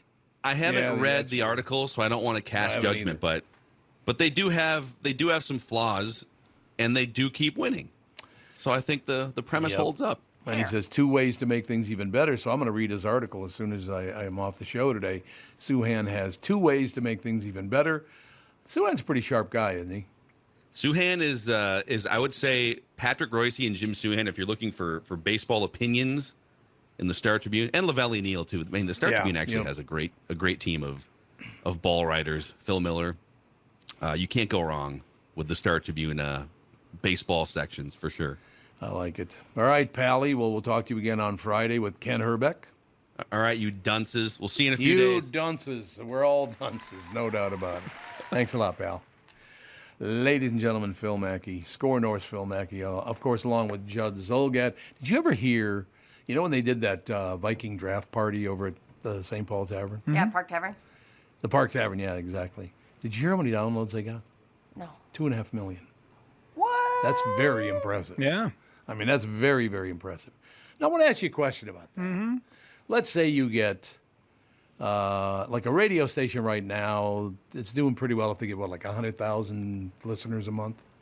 Yeah, that's probably somewhere in there. Not bad. Yeah, that's not bad. A big one's going to be a couple 100,000. Sure. Right? Yeah. So wouldn't that mean that if you got 1 million downloads in a month, you have higher ratings than they do?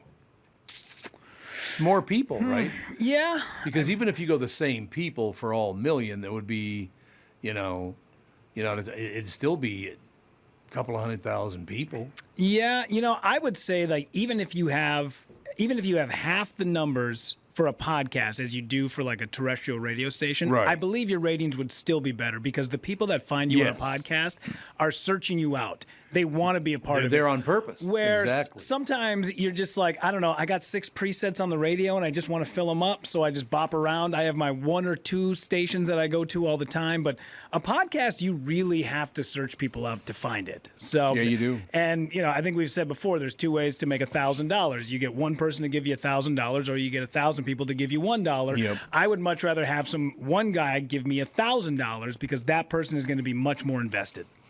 That's true. Mm-hmm. And you're absolutely right. The numbers are a whole different deal because it's all intentional. Yeah. You can't possibly just stumble upon a show. No. So, I mean, that's pretty damn impressive, I will tell you that. But I love working with those guys anyway. They had a really good idea on Skor North. They put it together, and they're just kicking ass with it, which is great. Mm-hmm. Joe Souchere, of course, doing very, very well. And we'll just keep moving forward, right? Yeah. I like that. What do you think, Britt? I'm in. I guess I will quit trying to sabotage our listenership. No, you'll never stop doing that. You've done that your whole life. Yeah. And put up with it. I'm either the glue or I'm the anchor. I can't decide. You mean the anchor that sinks the boat? Yeah. Because, it Yeah. pulls too hard. Yeah, I can see that. Okay. Glad to hear it. Somebody told me, and I can't find the story, but somebody told me they're going to allow young people to paint the inside of our skyways downtown Minneapolis. Yeah, I think it was an art school. Why would you want them to do that? I think that they have like a program. There's like that big Skyway that's pretty just nondescript. It's like a continuous of blah. And I think this art school downtown St. Paul is making a program where their students paint it. I don't want it painted. I like looking out through the walls in the Skyway. No, not the windows.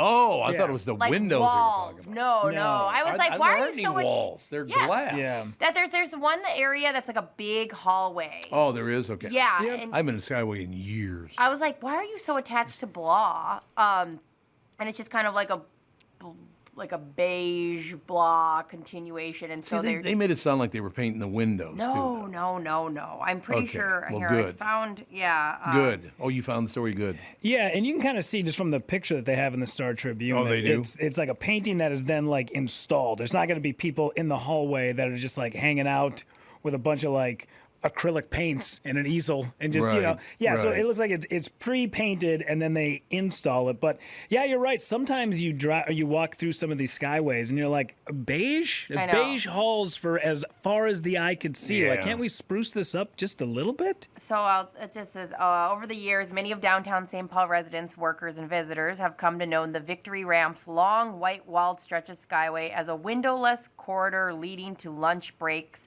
or wild. Oh, so it's windowless. Okay, that does improve it quite a bit then. Yeah. So it looks like for high school students at the neighboring St. Paul Conservatory for Performing Arts, the hallways was a canvas in desperate need of some color. And Rudy's right, they're installing it, which I get that's cool. It would be actually fun to watch some of them paint it, but I have a lot more time on my hands than most people running to lunch. Yeah, right? Yeah.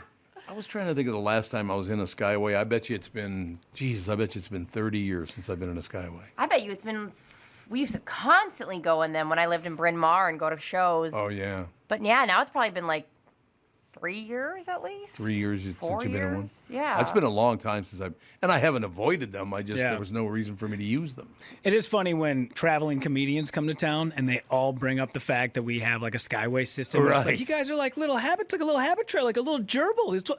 And the rest of us that are in the crowd are like, dude, we haven't been in a Skyway now for we go like once every 5 years. Like it's not that big of a deal to us. It's one of those things that's either your whole world or you're never in it. And like there's no in between. That's true. There's no in between. You're not like casually using the Skyway, like let's just go up there because you're like, nah, let's just park and get to where we need to get. Like in people that live that Skyway, because my sister worked downtown, she was like, okay, so I take this Skyway and this is where I go to lunch and this is whatever. Yeah. Are you just never in it? Is Brothers Deli still in the Skyway? I have no idea. I used to love the Brothers Deli in there. That was good. You get some good deli food. We can't talk about food in the show anymore. You got 15 minutes. Can you hold out for 15 minutes? I'll never make it. You starve to death? I'll never make it. I was looking around. Do I have anything to give you? I got a piece of gum. You got some pot pills I could take. I got some pot pills right there. You can take those if you want. Thanks. If you're good to go. We need to take a break. Be right back in a couple of minutes and wrap things up right after this. This is the Tom Barnard Morning Show. Listen live at tombernardshow.com or on the Tom Barnard Show app. Hello, I'm Brad Huckle, President at North American Banking Company. And I'm Mike Bilski, CEO at North American Banking Company. As a community bank based right here in the Twin Cities, we believe in taking the time to get to know our customers and their businesses. And part of that is hiring and cultivating a team of experienced lenders. When your business banks with us, you're not training in a new, inexperienced banker. In fact, our bankers have worked with many of the same customers for years, earning their trust.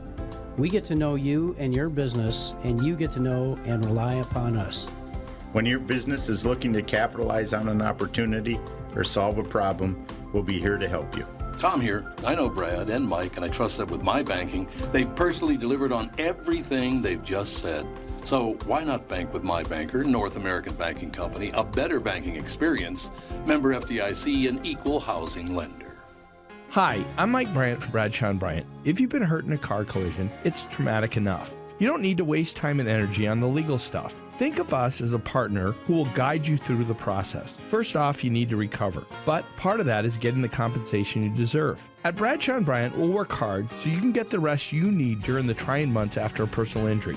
At Bradshaw & Bryant, we understand how important it is to make our clients comfortable, so we build each client relationship on the pillars of honesty and transparency. Don't miss out on what's rightfully yours. We'll go to bat for you. For your free case consultation, please visit minnesotapersonalinjury.com. That's minnesotapersonalinjury.com. I'm Mike Bryan, and I hope you're never injured in a collision. But if you are, don't sign anything until you've talked to Bradshaw and Bryant. Find Bradshaw and Bryant, personal injury attorneys at minnesotapersonalinjury.com. With Mike Bryant on your side, seeking justice for the injured. Bradshaw and Bryant.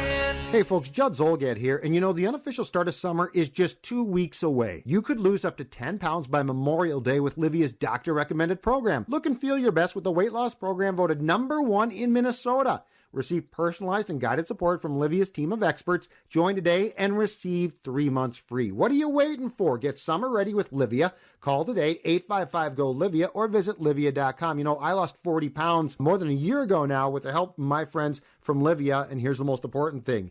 Their nutritionists and dietitians also help you keep the weight off. We've all lost weight before. The question is, can you keep the weight off? And with Livia, their program, the answer is most definitely. Start your success today and get summer ready. Call 855-GO-LIVIA or visit livia.com. That's LIVEA.com. Join now and receive 3 months free. That's right. Call now, 855-GO-LIVIA, or visit livia.com and receive 3 months free. Come to Livia to experience life-changing weight loss. We are back. It is 9:49, 11 minutes till 10 o'clock. You know, there are 4 categories that I've never checked on, and I want to check. I don't know, birthdays on May 15th. You don't give a rat's ass about that, do you? Who cares? I'm so glad you say that, because so many times they're like, all right, let's look at the birthdays. I know. Like, who cares? I will not be buying these people presents. I'm not celebrating them. So how about 5 random facts for Monday? I love the random You do like facts. that? Yes. You do like that? Okay, I'll click on it because I've never done it. Okay. Here's some random facts for you. American couples between the ages of 25 and 34 know each other for an average of 6.5 years before marrying, compared with an average of 5 years for all other age groups. I wonder why. Wow. Huh. Do you think that's true? Well, maybe just because during that time you got so many other things going on. You're just finishing up school. You're just starting a new job. You're probably moving to a new place. And there's not as much pressure. I mean, me and my husband knew each other for a year before we got engaged. And so, like, it felt like we were a little bit older, kind of know what you want. And it didn't feel like, but in my 20s, I felt no pressure to get married. It felt like I was a baby. I had to wait till Katherine turned 22 to get married to her. Really? No, she was actually, I think, 23. She just wanted to wait? You guys got married. She was young. Yeah, she was very young. I'd only known her about a year by the time we got married. 23 seems so young to me. But I mean, I know people that's a normal age to get married, and people do that. But man, I was deployed with a bunch of guys that got married that young, and they are definitely on their second and third marriages. Are they really? Oh, for sure. Yeah, Katherine and I have been together now for a long time. That's crazy. A long time. How many years? 42. Oh, That is, because I met her when she was 21 years old. 42 years together. Coming right up on 43, actually. We've been together forever. I haven't done nothing for 43 years. I have not been alive for 43. That is amazing. No, you have not. You're absolutely right. My grandparents' 50th wedding anniversary party, somebody said, so, well, what makes it last? Like, how do you make 50 years last? And my grandfather, without missing a beat, said, separate bedrooms and 2 TVs. That's how you make 50 years last, is you have separate bedrooms and 2 TVs. So I'd have to go 11 more years to get to 50 years. No, that's bad math. You have to get to 7 more years. No. We've been together. We haven't been married that long. We've been together. Oh, okay. I was like, you're usually pretty good at this. I was like, I'm so confused. Nice math, Tom. No, we got married in 84. Okay. So yeah, it's it'll be a while. Okay, the most dangerous job in America is what? You should know this, actually. Most dangerous job in America. Dangerous job in America. It's a given, but you won't think of it. Okay, give me a clue, like what industry? It's not an industry. That's got to be like something you didn't think of, like a beer vendor at the sporting, down at the old Target field, the guy walking around handing out beers or something, right? Getting robbed constantly. Yeah. Window washer? The most dangerous job in America is President of the United States. Oh, yeah, that makes sense. That makes sense. Yeah, that does make sense. It's like government. Did you know this? 9% of them have been killed? I didn't know it was that high. That probably makes. I mean, I suppose what number are we on right now? Number 46. 46. Yeah. Number 46. So of that, you start doing the math on that, the percentages. You're looking at almost 5. Almost. Yeah. So Well, how many have been killed? They said 9? 9%. So, yeah, so you're looking at like a 20% kill rate there. Like, that's, man. Yes, No, 9%. Yeah. No, 9% of them. 9% Oh, I of got you. them, yeah. Oh, got you. Okay, yeah, okay. So, yeah, like I said, about 5 of them. Yeah. Yeah. Wow. Oh. They've been killed while they had the job, 4 out of 46. The next highest death rate on the job is loggers at 0.13%. Jesus. That's not even close.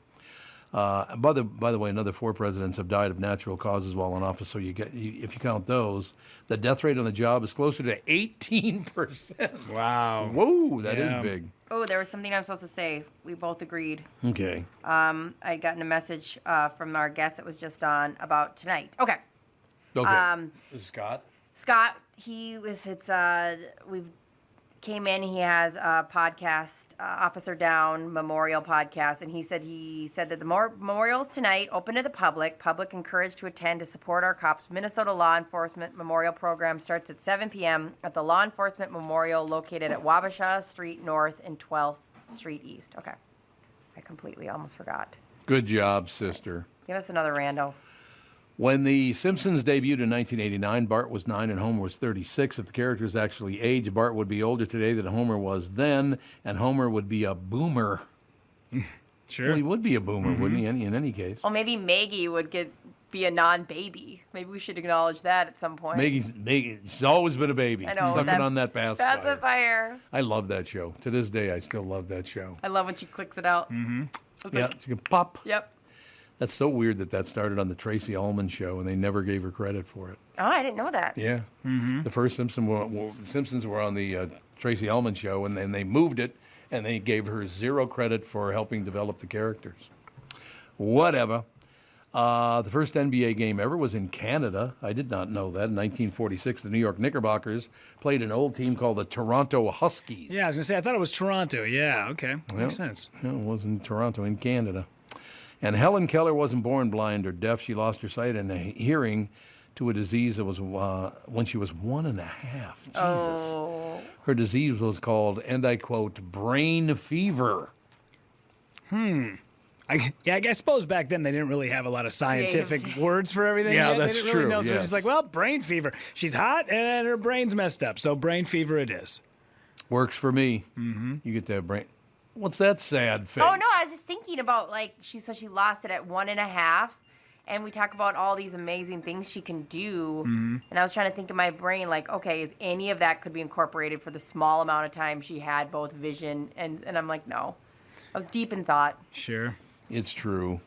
Yeah, it is wild when you get to see people that have overcome stuff like that, like, Ray Charles. Yeah. Yep. And especially when he would scream at other people that had both could see and they were still screwing up, and then he'd be yelling at him like, I'm blind and playing the piano. You have your eyes and you can't even play the bass line? What is your problem? Screaming at him like that. I feel like that's relatable. I don't know how many times Tom's like, listen, if I can get up and be in a good mood, you guys better step get it off up. your ass. I've been watching this show Beef on Netflix. I heard that show's good. You've liked it? Yeah, it's great. But yeah, I've said this before. I do so much pro bono work for people that are wildly successful and have tons of dough and have absolutely no problem. They could totally pay me. But I keep telling everybody my biggest piece of advice is just volunteer for people that are above you, and hopefully they'll pull you up to where they're at. And there's a scene in Beef where a guy is doing all this free work for a church. And the pastor walks out. He's like, hey, thanks for fixing that sign. He's like, yeah, it's just, I saw it. It was a little crooked. I figured I'd get a ladder out of the truck and I'd fix it. And he's like, we really appreciate it around the church. Is it still a little crooked? I've never related to a TV show more, because I can't tell you how many times I have done free work and people come back to me and go, oh yeah, is that comment just a little off? Like, does it look like it's not quite on? It's not exactly the word that was said during the captioning. Can you go ahead and redo that? Like, that makes my blood boil. And that's the thing too, man, when you work freelance. I used to edit podcasts, especially during the pandemic. I used to just edit a bunch of podcasts, and you can't give anything away for free. Sure. You just can't. And I know that you're in your situation, of course you can, and you're building to something or whatever. But the minute you do something like that for oh yeah, I just did a quick this and that, or I made edit this up nicely or whatever, it's like, oh, I expect that from now on, and I expect that to be free. And then, like, you're right, the people coming back, or they'll say, I don't really have a preference, and then you come back, lots of notes. Yeah. Lots of notes.